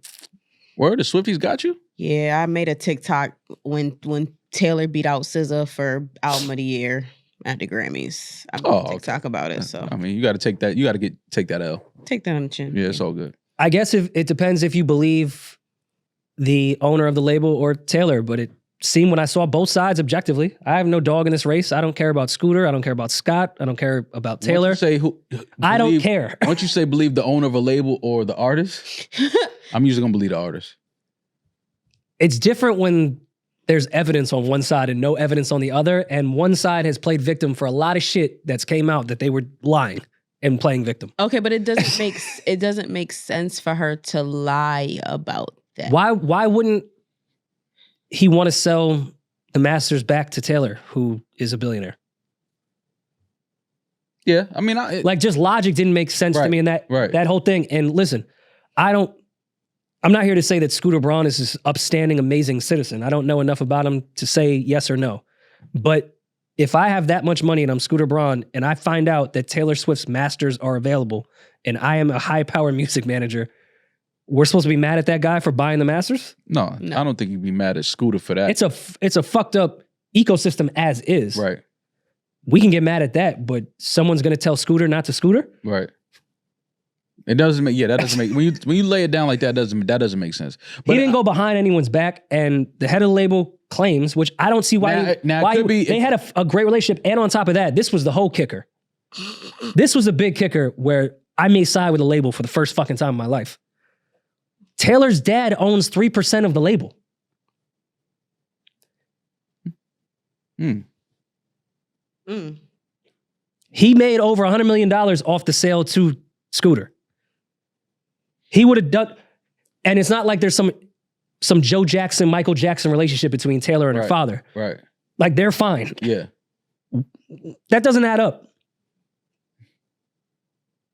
Did Taylor know that the deal with Scooter and them was about to go through? No, which I think on both sides that is clear. But after, according to the other side, Taylor passes and doesn't buy her masters, it sounds fucked up, but legally, I don't know if that's really her fucking business. She was mad because I guess there's some beef between her and Scooter, which, by the way, both sides of the doc never explained why they were beefing. Never got to it. Well, because they weren't involved in the doc. Was Scooter nor Taylor were involved in all the insiders, no one fully said why they ever had a beef. Most people are like, we have no idea really where it came from, but she was so pissed that her masters got sold to somebody she hates. That's what it is. But they were like, yo, we tried to sell them to you. So when they tried to sell the masters to Taylor, she straight up said no. She didn't want to buy it. There was no response. I can't see that. There was no response. See, that's where when you say no response. But they showed all the communication of saying they were up for sale. So I don't know if that falls on Taylor's manager, but I can't see a manager that when you're managing Taylor Swift, her masters are up for sale, you get an email, it's like, I'll get around to that on Monday. Yeah, no. Yeah.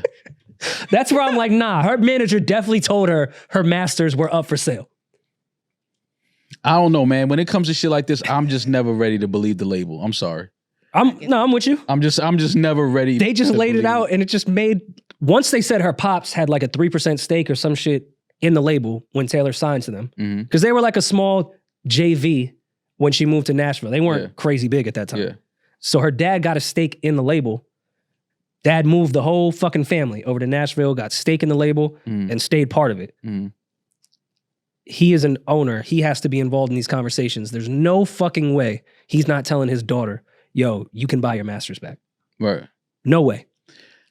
And you about to tell me Taylor Swift's dad is doing something for money when he could actually just still get the same amount of money from his daughter? Yeah, I don't know, man. I just don't, when you shit like this, I get how they laid it out in the doc. It could all be bullshit. I'm just telling you what happened. I just want to hear Taylor's side. Yeah. No, we got Taylor's side first. The whole time I was sitting here like in response to this pro Taylor Swift. Like, I was like, yo, this is fucked up. And then immediately in the beginning, second episode, Scooter side or the label side. Yeah, here's the email we told her. No response. I don't know if I believe that. I don't know. You think Peach photoshopped the email? Nah, not that. I believe there was more communication after that email. Mm-hmm. And they were probably haggling prices or something like that. I could see where Taylor was in negotiation with numbers, and Scooter probably came in like, look, this is what I'm willing to pay right now, and like, let's just get it done. Like, or y'all can keep negotiating with Taylor. And they probably were like, all right, fuck it, let's just. Like, I could see it being that. I could see Taylor not knowing. But I feel like Taylor's side would have said, like, we were negotiating, and then Scooter swooped in for a higher bid, and then the label owner, Scott, was like, all right, well, I'm going with the highest bid. Mm-hmm. They straight up said she knew nothing. She found out when everyone else found out that Scooter bought her masters. And that's fucked up. In itself, right there, that's wrong. She shouldn't find out about that when we all find out about it. Oh, I mean, I agree. Like, you on a moral level for sure. There's something, there's just. But if you don't reply when I'm trying to sell you your masters back. No, I get that part. But we don't know what happened with that, what Taylor was doing in her life, in the world. Like, it's just so many different variables. I'm just saying, if you tell me, yeah, she found out about the deal being done when the rest of us did, that's a problem. Then I started thinking how much money Scooter Braun has. That you could afford Taylor Swift's masters? Yeah, big money. I'm saying something ain't. Well, no. If you go through Scooter between Biebs, Ariana Grande. No, I get that. Keep, but I'm just saying something. Kanye at a time. Keep going. He has just as much money as his clients. Yeah, but there's something there that's still not sitting right. I'm with you. I'm kind of with Taylor. And it was, one of those docs that like VH1 used to do where it's everyone but the people we're talking about are involved with it. Yeah. It's a bunch of insiders, like you don't really know. But it was interesting. I encourage people to watch it. It was definitely a look into a rarity in the music industry where an artist could even buy their masters and how fucked up it is, even if they have the option. Right. So, I don't know. Sell it to Drake. Did you hear Childish Gambino's new album? I did. I listened to it in the gym. I got through one listen. I love it. Yes, love it. Love it. I think it's more of because of the internet part 2 than it is the last album, which I prefer. I like Childish getting back in that bag. I like that he labeled it pop because it is every aspect. There is like soulful R&B. There is rapping. There is straight up pop music. But I thought it was a good representation of what pop has become. Like everything in the pop category now is in that Childish Gambino album. The way we debate, is this R&B song? Is this Beyonce album? Look, that's a real R&B song. Why is she a pop artist? Yeah. That's the representation of this Childish Gambino album. And I have a really hot take that I haven't really flushed out yet, and I feel like people will get mad at me. I love Say it, fuck it. I love this type of, all right. I love this type of shit. We're workshopping it together. Okay. Maybe by next episode I'll fully do it. Okay.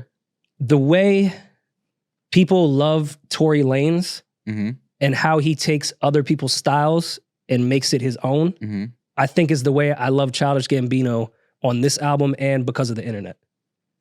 Like he does Drake really well, but makes it his own. He does Kanye really fucking well, but makes it his own. Okay. He does Wayne really well.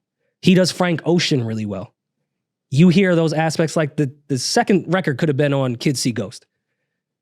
Straight up. But Childish does that very well and makes it his own way. So while I've never been the biggest Tory Lanez fan, because I feel like he sounds way too much like other people, I now kind of understand why fans like Tory Lanez. Because to them, he does a really good job at taking other people's styles and making it his own. I think Childish... Because he's rapping on this and I'm like, this could have been on More Life. So he has that ability to understand... But it's not a bite. No, it's not a bite. It's not a bite. I get what you're saying. Yeah. He understands sounds and what's dope and what's cool. And he kind of mimics that. And he's done that his whole career. Like, he's even admitted some of his mixtapes, like, I was just trying to rap like Wayne. Yeah. And you can hear it. Yeah. And now that I think he started to master his artistry, he can separate it where it's like, this sounds like a straight up Wayne bite to like, I could really hear the Wayne influence or the Drake influence here, but he makes it his own. Who was his influence when he had them sandals on stage? Here we go. What was it Moses? He starts one crazy verse where he was rapping second half in like the middle of the album. He said, "This is for the old heads who didn't like my short shorts or my pro kids." He was talking right to you. Right to you. No, I would have preferred him to wear pro kids as opposed to them sandals he had on up there serenading Usher. Like I would have. I thought you liked feet. Why does his feet bother you so much? Say that again and then understand why I'm saying what I'm saying. You thought I liked feet, right? Mm-hmm. You thought I liked man feet? I mean, I didn't think That's a good point. I mean, you're not a person who hates feet. Some people hate feet, period. Like if Rory had his toes out, you would hate. Some people just hate feet. I never thought of you as I hate feet person. So I was. It's not. I don't hate feet. Okay. I hate that he had his feet out at the BET Awards serenading Usher and honoring him for his Lifetime Achievement Award. Well, what was the difference? What would the? I felt like he could have put on a nice suit with some shoes. You've definitely saying you don't have to call barefoot in your house while cleaning. You probably slid like Tom Cruise. I was going to say Usher was singing it barefoot. Look at what y'all are saying. He was barefoot in his crib in that video in the shower. In my house, yes, I can be barefoot in my house. So you don't like? You didn't take your shoes off at the BT Awards when we were there at any point? We were there for like 48 hours. You were with me. I didn't look down. Well, then that's your problem. So you don't like when men have their feet out in public? Again, you're how many times you gonna move the goalpost? So you agreed with Cameron when he said the King of New York. I'm telling you, okay. When you're honoring a man on stage at the BET Awards, the honoring of the put man. your feet away. Okay. Is all I'm saying. But I just feel like feet aren't sexual. I feel like you're kind of like trying to make them like nipples now. And no, I'm not making it. I'm just saying, fam, it's put something. No, you the only nigga in here with your feet out in the entire building. I don't think that's true. I'm sure somebody else had their feet out. I can promise you no other man had their feet out in BET Awards. It's LA. Exactly.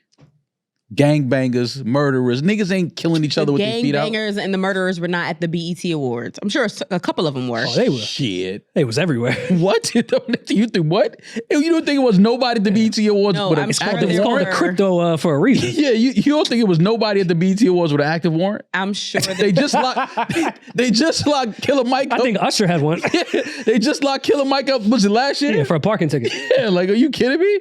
The niggas had their feet away, man. That's all I'm saying. Second Childish Gambino hot take. Weird category. Okay. Haven't fully thought about it yet. But Can You Feel Me featuring his son Legend might be the second or first best record between a parent and child together on a song. Since we're talking about LeBron and his son, had me thinking that song with his son Legend smokes it.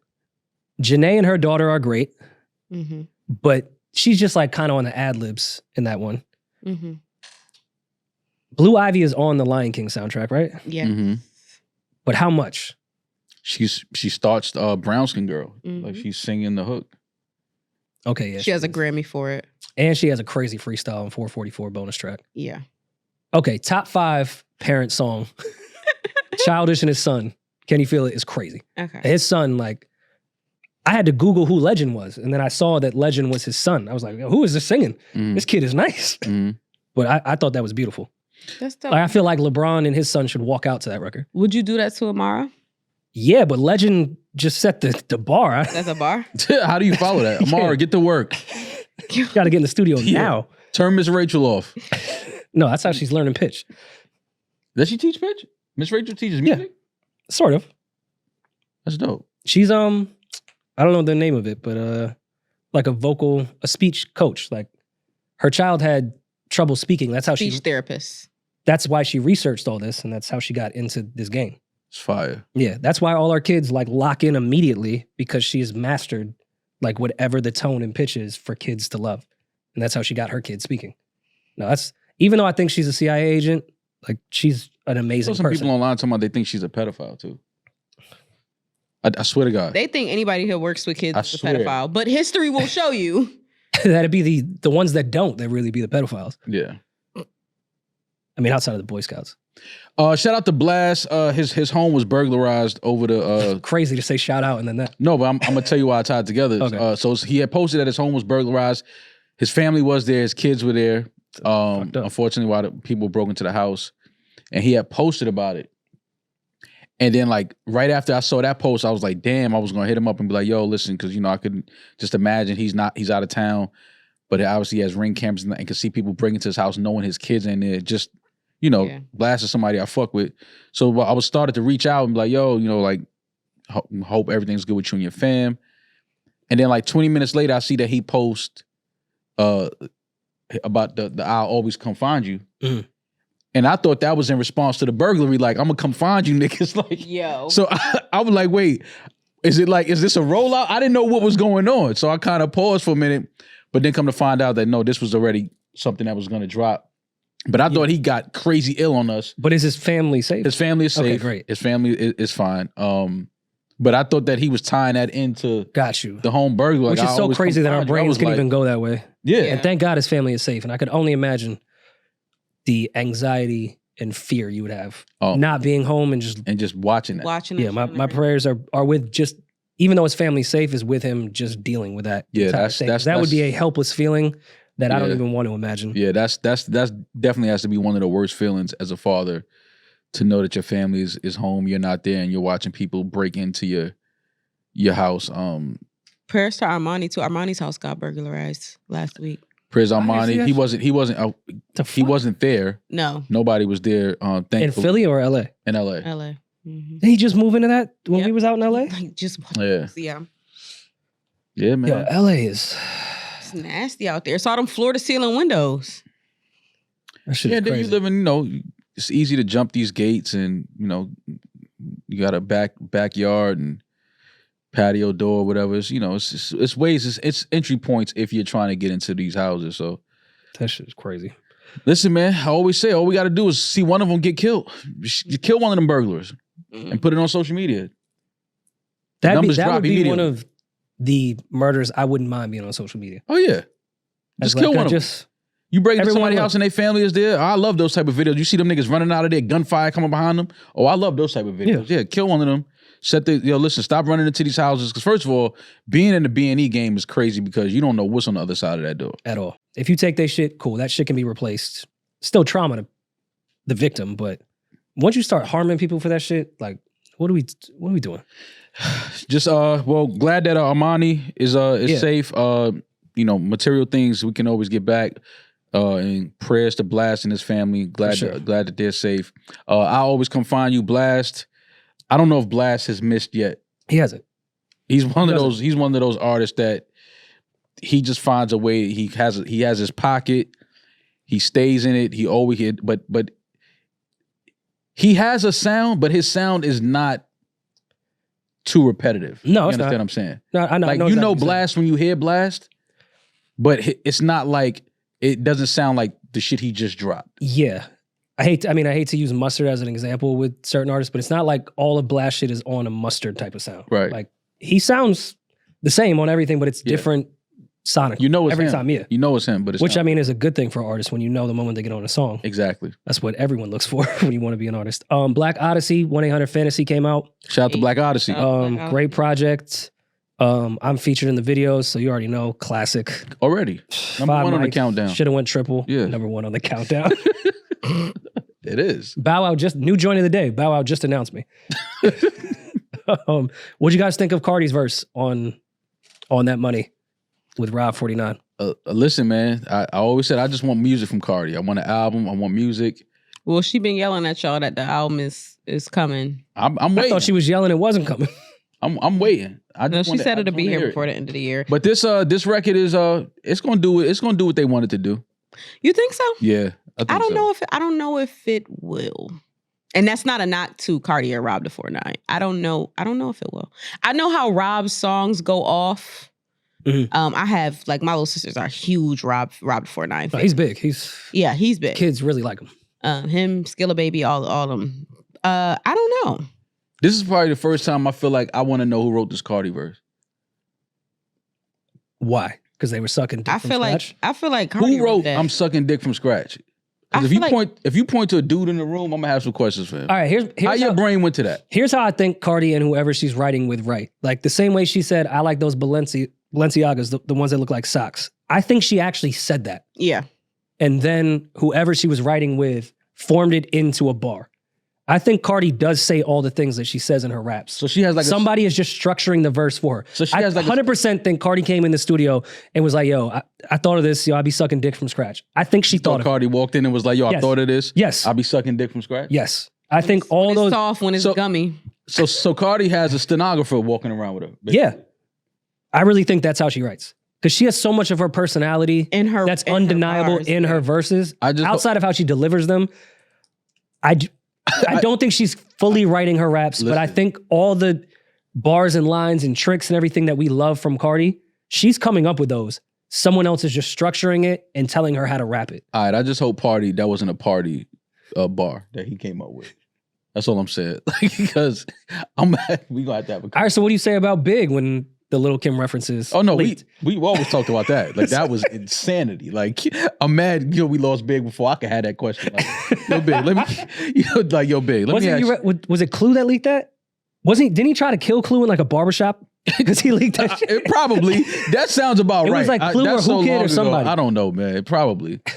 But yeah, I just want to know who wrote that for Cardi. But okay, if you're a writer, a writer though, that's kind of shade. Hold on, let's take a second. Why do you assume that every single Cardi B verse that she puts out is written for her?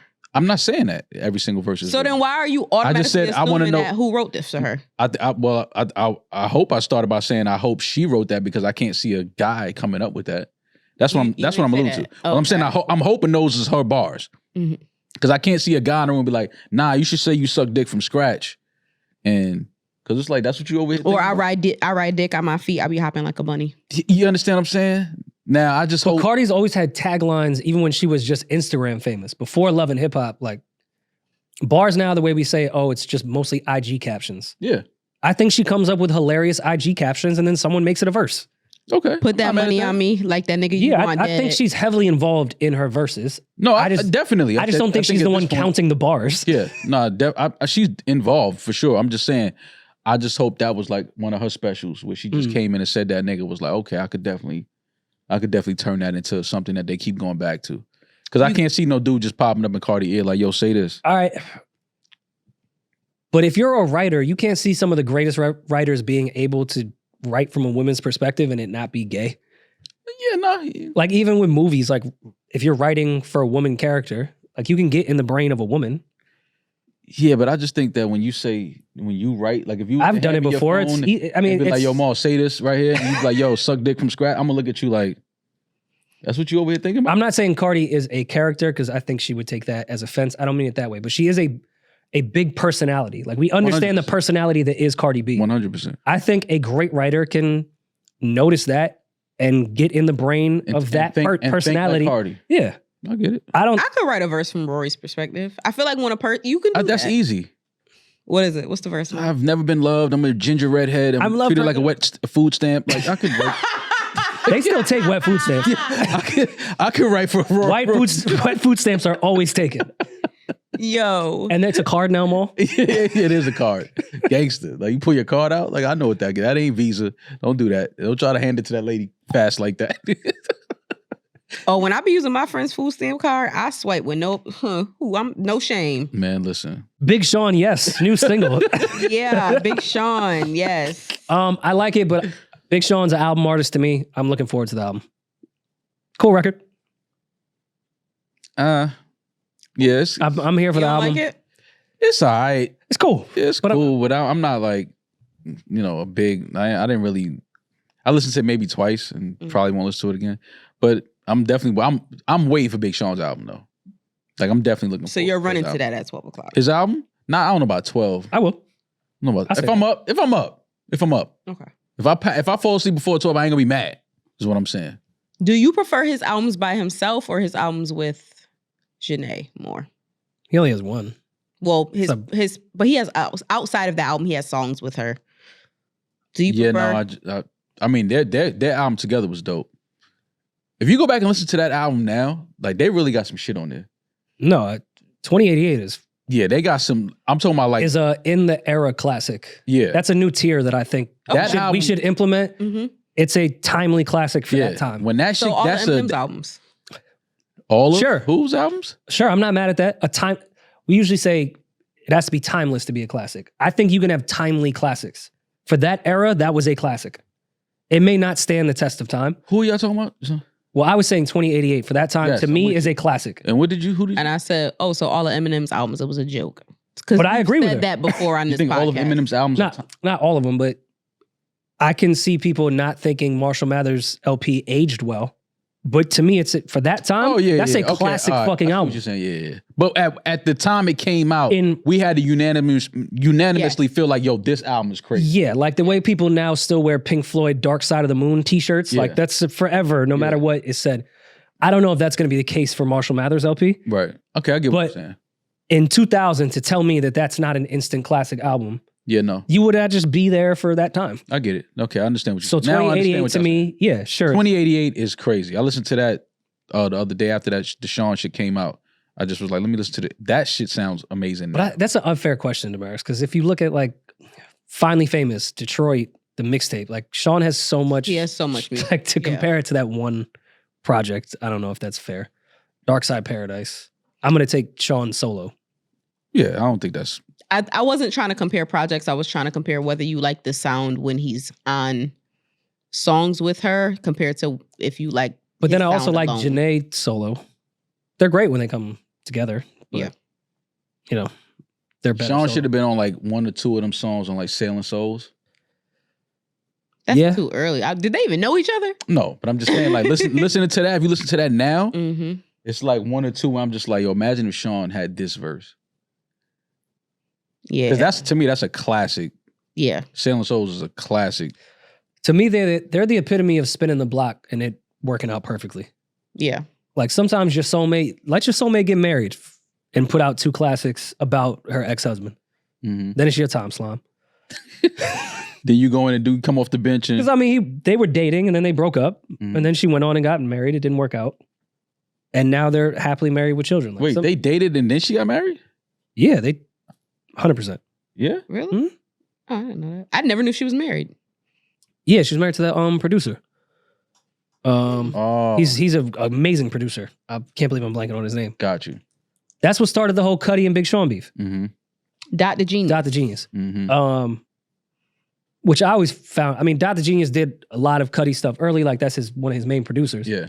And him and Janae got married. And then after they broke up, Sean got back with a girl he was already dating. And Cudi was like, yo, what the fuck? And it was like, what the fuck? I don't owe anything to Dr. Genius. What I owe him? Yeah. I dated in the past. We stayed friends throughout the entire thing. And now, like, that's how relationships work as adults. Yeah, but then, you know, he probably painted it to like, oh, so this is why they didn't last because you were still in the picture. You know, you could just paint that. You could paint that as especially if y'all been friends the whole time, because now it's like y'all was fucking around the whole time. Exactly. That's okay. That's all. That's all I'm saying. I'm not saying that's what happened here.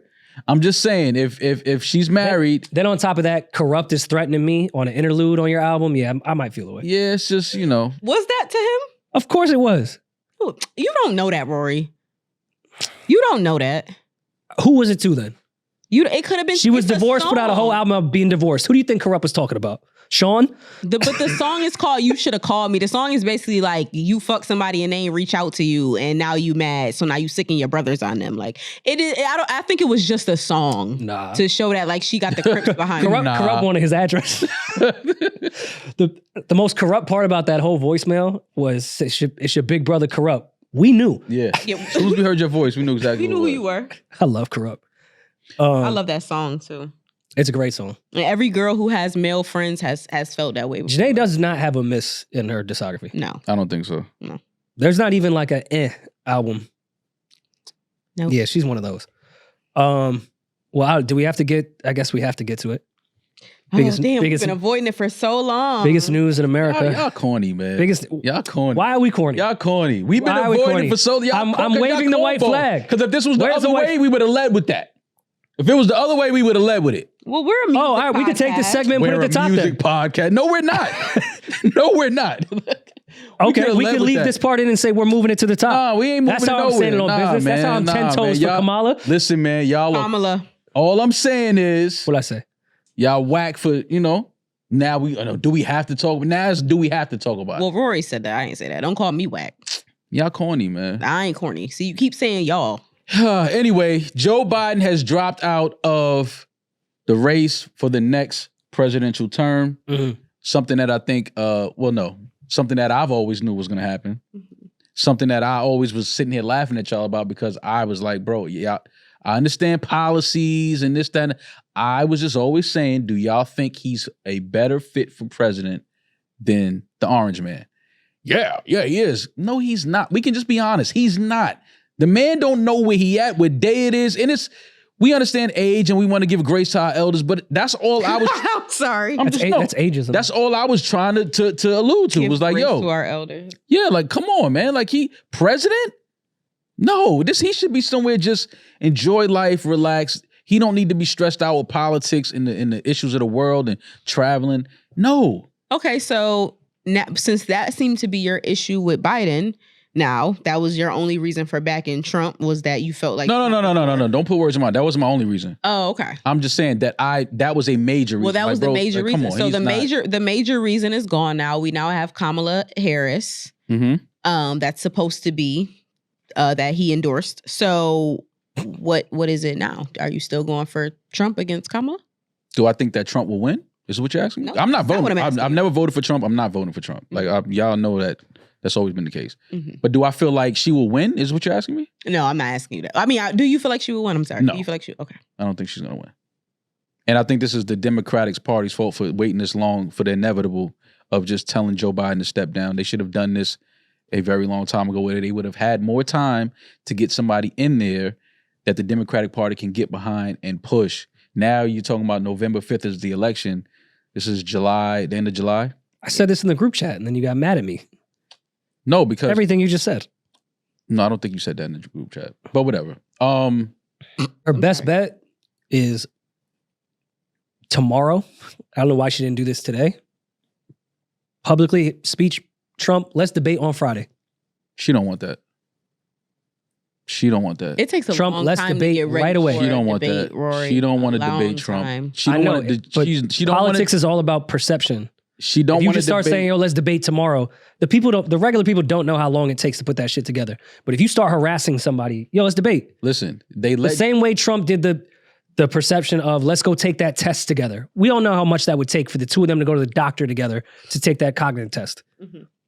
She should do the same perception bullshit. No. Trump, let's debate tomorrow. Come on. I'm not Biden. Listen, let me tell you something. You saw that Trump. You could roll over somebody, there's no idea where the fuck he is. Let's talk. That Trump-Biden debate, which I told you I didn't think that was going to happen, and they let happen, that's essentially what knocked Biden out of this race, was the debate. After that, it was clear as day. Van Jones, he crying now, his crying ass. Stop. The night of the debate, he's crying. Passionate. He was crying at the night of the debate. He knew it was over that night. Go look at the tape. Is he what? I don't think no man is straight that sits on TV and cries for a white politician. Rory, I'm not trying to be shady. I didn't say you were. I don't know, man. I don't know. I don't know what these men do behind closed doors. I'm just saying a black man crying over a white politician is insane to me. That's all I'm saying. It's like his mentor, though. Yeah, I hear you. He's cool with all. There's pictures with all of these niggas hanging out kicking It's like the movie Finding Forrester. It's nothing like that. He just want to cry for whatever. It's political theater, man. Cry about that. Where's that money Jeff Bezos gave you? Where's that at? What you did? What Jeff gave him? That's why he keep crying, so he can deflect. All we're talking about is why he cries on TV every time. What you doing with that? But let's see the taxes on that. Nah. Oh, you don't want to show that? Of course not. See what I'm saying? But you sitting up here crying because Biden had to bow out of a presidential race. Cut the shit, man. We knew he wasn't fit for presidency. It is what it is. A president should not be that old. We should not have a guy that old representing the country. Trump included. I agree. But Trump is just in a better condition, physically, mentally, than Biden is. That's all it is. And that's all I've been trying to ask people. You think that you think so? Like, forget policies. You think that this man should he should be the president of the United States. He should fly and travel the world to foreign countries and sit and talk with other political leaders of other countries in the condition that he's in? No. That should not represent the president of the United States. Trump also. But I'm just always was talking about between the two candidates that we have in front of us. Well, now we have a potential new one. Not gonna work. Let's just be real here. It's not gonna work. This country is not ready and not at a space where they're gonna put a woman. Just be real. We've seen it with Hillary Clinton, who probably was the favorite back then. Well, she did. She won the popular vote. You understand what I'm saying? So, do I think this might be a case here? Close to it. I just don't think that Kamala will come close to winning the popular vote over Trump. I don't see that happening. And if they try to roll out and tell me that she got more votes than Obama, I'm not believing the shit. You're not gonna get me to believe that she got more votes than Obama in 2008. I don't give a fuck what y'all say. It's gonna take the Electoral College for her to win. And I don't think she's going to win, but she's not winning the popular vote. No. It's not happening. It's just not gonna happen. So, thank you, President Joe Biden, for your service. Thank you for your presidency. But I mean, if Gavin steps up, that vice role, not throws happening. JD Vance around. Not happening. Enough people don't like. You just got to talk to some Black and Hispanic people from California about how they feel about Kamala Harris. Anyone that lives in Yeah, they'll let you know about Gavin Newsom, how they feel about him too. Just talk to people that live in these states and these cities that these people come from and tell you about their past and their history. That's all. Just talk to people that are from these cities. They'll give you more insight into who you're voting for. She's an AKA. She has the Greek community. Oh, she went to Howard. You got to vote for her. She's an AKA too. They love to throw that in your face, Peach. She went to Howard. How can you not vote? It's a bunch of motherfuckers that went to Howard I don't fuck with. Fuck you talking? Pretty Fan was good. She's one of them. Put her on the list. Fuck out of here. She went to Howard. We got any voicemails? You've got mail. We do. Good luck, Peach. You guys ready? Okay. What's up, y'all? It's Tyreek from Gretna, Virginia. Shout out to the 434. I got another question for y'all. So if you were to wake up on the first day of high school in freshman year with the knowledge that you have right now, what would you do differently? I know for me, if I woke up with the same knowledge I had now, I definitely would have been single the entire time through high school, because I feel like now as an adult, I missed out on a lot of memories that I could have had with my friends. You know, is there anybody that maybe robbed you? And now that you have the knowledge, maybe you play that whole situation different and come out on top, or just anything, really. But know that if you change anything, your lives now could be totally different. Like Rory, you might not even have a baby right now, or the pod might even be real. So because of freshman year high school, I had based off. I guess butterfly pod, effect, everything gets you there. Yeah, shout out I see to what my he's trying to take man. us. Shout out to VA. He started throwing a shout out to them. Yeah, that wasn't happening. That's sick. That used to be a thing on the radio. Oh, absolutely. Would I change anything different with the knowledge I have now? I think it's hilarious that he went to a high school relationship. I don't know, buy stock in Facebook. Like, well, your freshman year of high if I school, had the same knowledge, your freshman year of high school, you wouldn't have money to buy stock in Facebook. I could have asked my mom. Oh yeah, she's definitely gonna give you. Yeah, for sure. $10 in a Facebook would have done all right at my freshman year. Socially, yeah. Socially, I would change a lot. Like I definitely would have been a better student for sure. With the knowledge I have now, I definitely would have been one of those students that I thought was corny for like doing their work, being the first in class and being the last one to leave the classroom. I'm like, why are you still in here? The bell rang. Now I understand why they were still there. Mm-hmm. So yeah, I would change little things like that, but I don't know about too much as far as relationships and things like that. Definitely some girls I wouldn't have kissed though. Mm.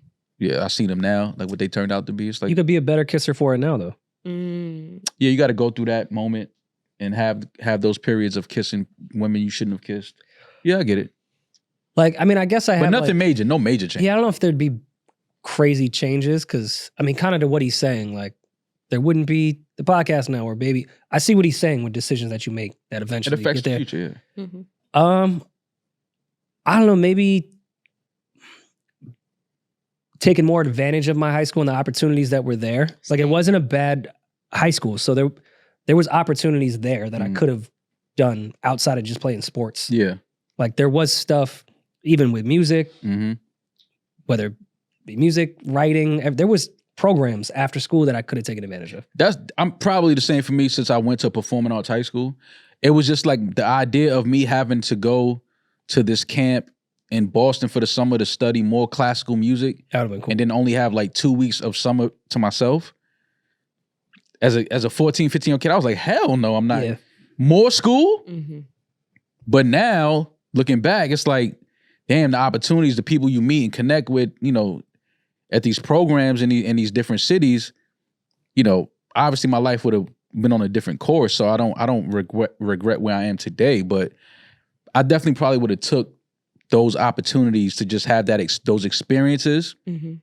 I probably would have took more of those opportunities. But I don't beat myself up with the hindsight is 2020 stuff too much because I didn't know.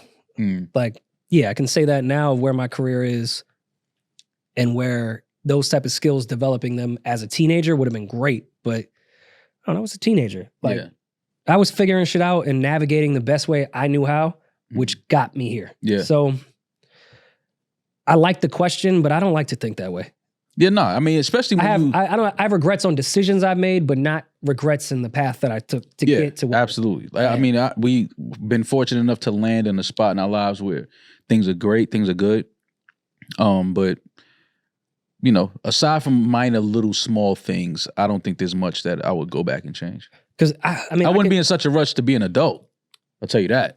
I would every time you hear that's a great point. Yeah, every time you hear adults tell you, you know, listen, enjoy it, don't be this, that, don't be in a rush to grow up and that. And you like, man, fuck out of here. I don't want to go to school. I don't want to do that. I don't want to pay bills either, though. Yeah, like I won't do the high school thing. College, I'll take the same question. Like once I started getting involved in music industry shit when I was a sophomore in college, combined with, you know, knocking out an RA to get kicked out. I wish I would have like given myself that 2 years to have more of a college experience. Because now I'm like, damn, I went right into real life. Like it would have been nice to really just chill. You have 4 years to fuck off and do whatever you want. Yeah.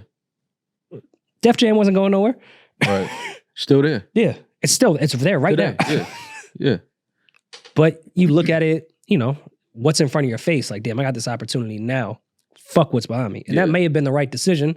But yeah, I regret sometimes like, damn, what if I went to school down south and like really got a college experience? Yeah. Went to commuter school, like just tried to figure it out as I went.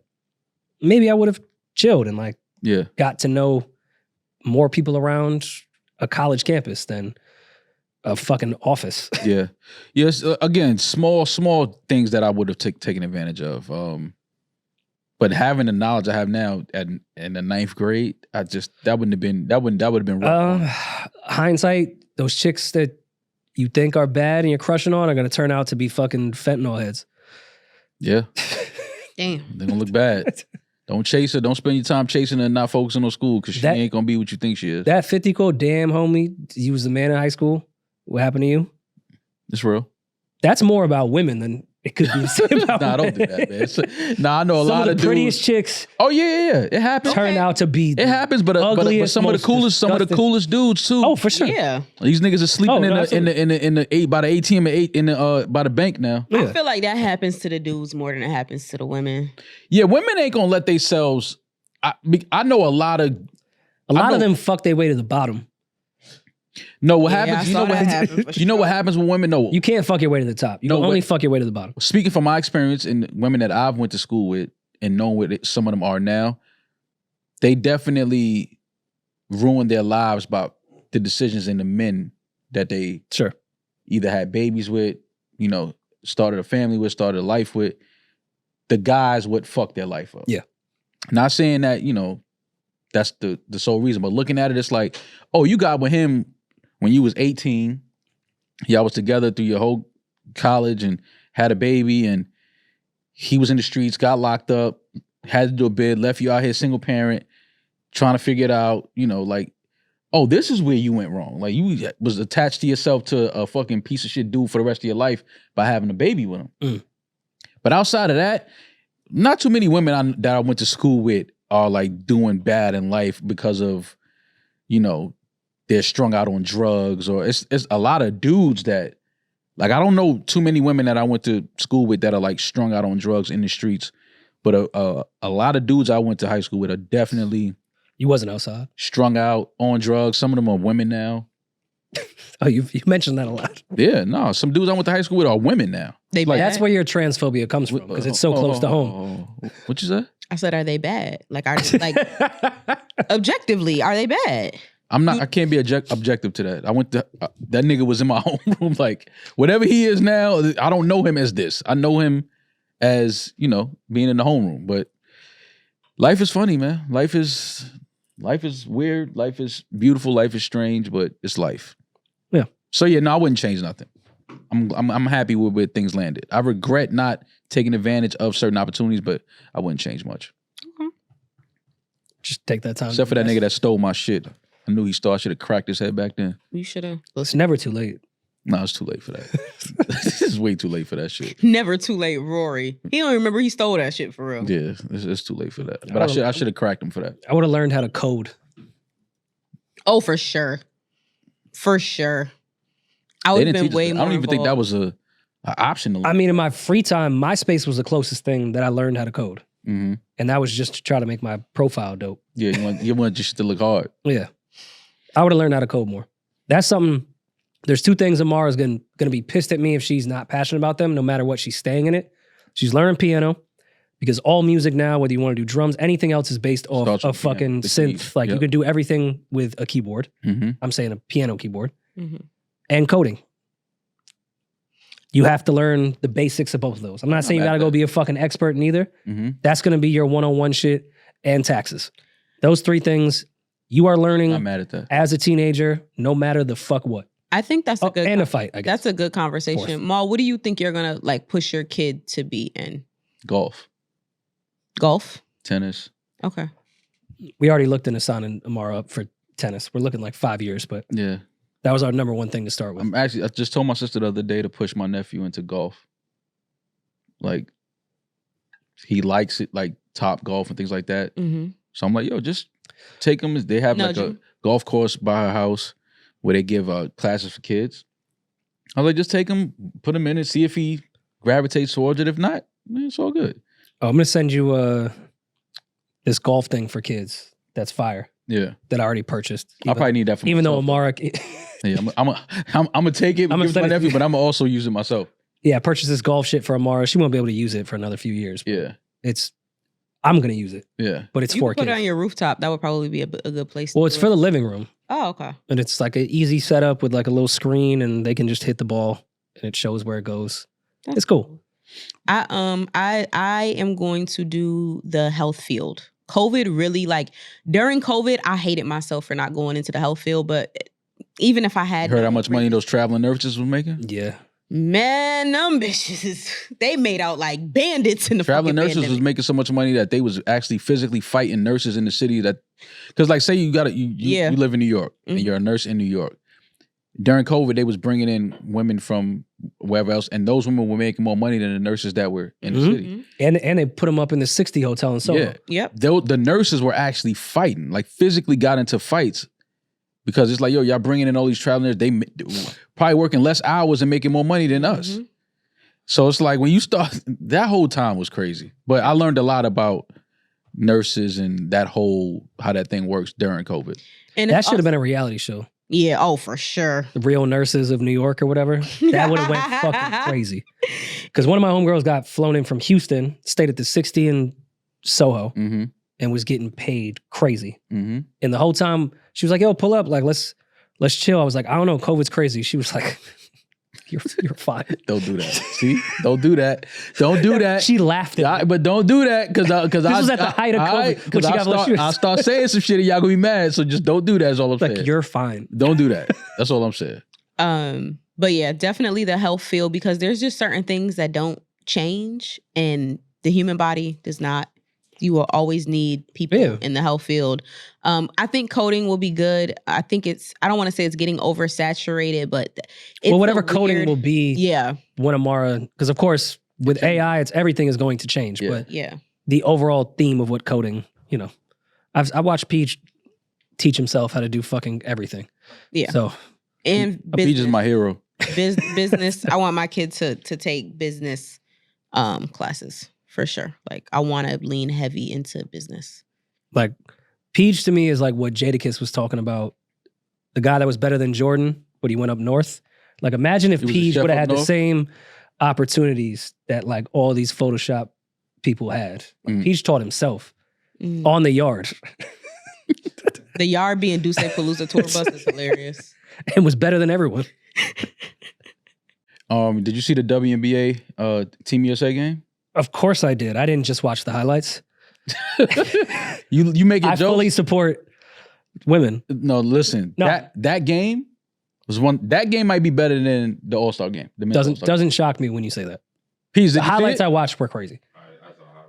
I saw the end. That I game- couldn't catch the whole thing. That was a really, really good game. That was a really good What game. was Shorty's name that was lights out? She was taking the most ridiculous shots. Is it Arika? Enrique, See? Did you really watch? Yeah, I'll pull it up for you. It's hard to say. She's African. Arike. Yes. I'm gonna try Arike. I might butcher your last name. The white commentators got it right in the highlights I saw. All right, let me try it. Arike Ogunbowale. You said it like a white person trying to use an African accent. No, I said it like somebody What? I didn't want to ruin their last name. Ogumawale? Ogunbowale. Yes. Ogunbowale. Yes. Weird. Arike Ogunbowale. Yeah, she's one of the best. She's one of the best guards in the league, though. Like, her game is, she's, if you haven't seen her play, that was your first time. That didn't surprise me, like her performance. Like, she's super, super nice. Like, One that MVP, game. well deserved. MVP. She was pulling up from anywhere. No, she's ice cold, and she put that shit on too. She can dress. She got a lot of style with her. But she's definitely one of the best players in the league. But that game was really, really, like, I watched it because I was ready to shit on it. Why Because you was hate ready women. to shit on it? Not ready to shit on the women, but like the whole. It was a weird concept of USA That's what it versus... is. That's what I wanted I'm to with you. shit on. I wanted to shit on that, but it turned out to be a really, really dope game. It was a sold out game, and But I like the concept for this year because that also allows women that probably wouldn't have made the All-Star roster to be on the WNBA team and then let the USA team play together. Like, get some more reps in.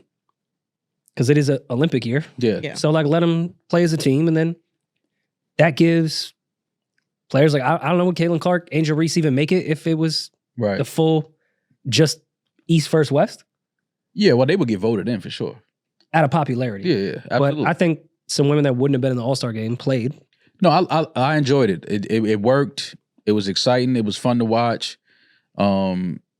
And I think they, the WNBA found something good with this right here. So shout out to the WNBA. Shout out to Team USA. Shout out to Cheryl Miller, my favorite Nick of all time. Cheryl Miller's your favorite Nick? That's funny. Someone will get that joke. No, of course. But yeah, I shout out to Arike. This is her second All-Star game MVP. She's super nice. But I like what the WNBA did. I like this format. I like the game. It was exciting. And hopefully they, continue with this moving forward. I don't see why they wouldn't. It was so successful and the game was so great. So shout out to them. Did y'all see the Team USA almost lost? Yeah. To South Sudan? Mm-hmm. Y'all don't listen to me, man. I'm telling y'all, this Team USA team is not, I don't see gold. I don't see it. I just don't,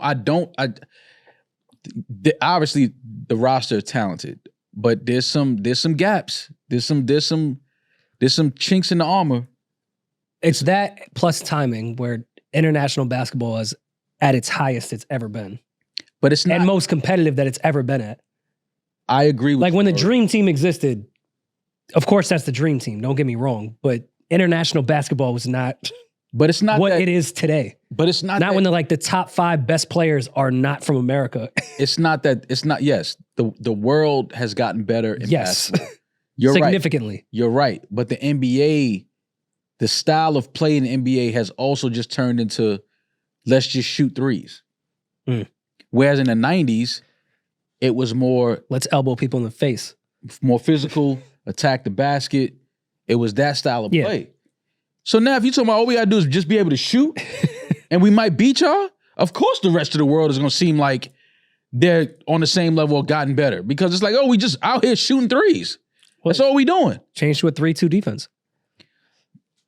In the Olympics, that's crazy. Seeing somebody run zone in the Olympics is like, what are y'all doing? In CYO, we ran 3-2. Anytime there was big shooters, we ran the 3-2. Did Syracuse make that popular? Or was the 3-point shooting? No, they made the 2-3 popular. The zone. That's what I was talking about. Yeah. Not popular per se, but they were the best at it. They ran that 2-3 system when I was a kid. That was their go-to. When I was growing up and I was playing basketball, like that was like known like as our thing. Like even when we were in like, Syracuse was definitely the 2-3 team for a very long time. I would have broke that Demaris press so easily. skip pass, 3-point shot. Yeah, I got to come out of that zone now. Just collapse the zone, penetrate, come out dish. Of that zone. That shit ain't working. Come out of it. But yeah, this Team USA, because I'm seeing people saying it's better than the original Dream Team and all this other shit. Not one person has said that. No one ever. No, a lot of people have said that. Who? Online? Maul is Find the tweets. A lot of people have said Nobody thinks Peach. this team is better than the original Peach, team. all right, Peach, have you seen anything online where they're saying this team is better more talent on this team than the first Dream Team? Only LeBron James has probably tweeted that. The talent, I understand what they're saying. I'm just saying, like, they're saying that probably skill set, one-on-one maybe. But as far as just talent and being able to play the game of basketball, that 92 team was fucking ridiculous. Ridiculous. Steph Curry, we know what he does. Anthony Edwards, great young player. LeBron, one of the greats. Kevin Durant, one of the greats. Derek White, I don't even know how he's on this team, but whatever. Tyrese Halliburton, really good young point guard, like him. But he's not better than Stockton to me. You know what I'm saying? Like, does he have a better skill set than Stockton? Some might say he does. Joel Embiid or Patrick Ewing. Some people say Joel has a better skill set than Patrick Ewing. I'm not taking Joel Embiid over Patrick Ewing. I'm not taking Anthony Davis over David Robinson. But some people will. Some people say that they're better players. Mm-hmm. That shit is not going to translate. The bottom line is I do not think that this Team USA is going to win gold. I think they're going to get I'm not upset. against you on that. That's when you said we don't listen to you. When did we say otherwise? I don't know if they're going to win the gold. I think this Team USA team is going to... I don't think any of these guys even really like each other. I think that whole AAU shit that they tried to do years ago is dead. Yeah. I actually like that finally all the NBA players don't like each other. And it's not based off competition. It's based off bitches. But I'm so happy that finally that shit is over. I don't think any of these guys like each other. Yeah. Thank God the women made NBA competitive again. Thank God. Because that whole AAU shit that they was trying to do, everyone Buddy being ball? friends, I'm cool, bro. I don't know. This is going to be a fun Olympics, though. It's going to be interesting. It's going to be fun to watch. I do think that Team USA is going to come up short. I think they get silver. I don't know if they get the gold. I think Bronny should have been on the team, to be honest. I think he's do that. I think he's paid his dues. I think do that. it would have been cool to have father-son. Don't do that. He should have been on the team. Don't do that. Bronny looked decent that last couple summer league games. It looked like he's kind of finding his legs a little bit. I'm rooting for Bronny, man. I'm rooting for him. He got the weight of the world on his shoulders. If he doesn't play well, he'll be homeless in a year or two. He'll definitely be homeless. Yeah. Weight of the world. If he fails, what is he gonna do? It's over. Life is over. But no, I am rooting for Bronny, man. I am rooting for him. I hope he plays. I hope he plays well, and I hope he makes good on the Lakers draft pick because he got everybody waiting for him to fail. So I'm rooting for you, Bronny. I'm rooting for you, Bronny. Well, we'll be back in a couple days. New Rory and Mall tickets are available now for our live shows. Philadelphia this Thursday, July 25th. We are at the City Winery. Some tickets are still available now, but they are going fast. So get your tickets now. We'll be there in a couple of days down in Philadelphia. Going to see the good people in Philadelphia. Rory kicked with them for a few hours. So yeah, get your tickets now. NewRoryMall.com. And we'll talk to y'all in a few days. Be safe. Be blessed. I'm that nigga. He's just Ginger. Peace.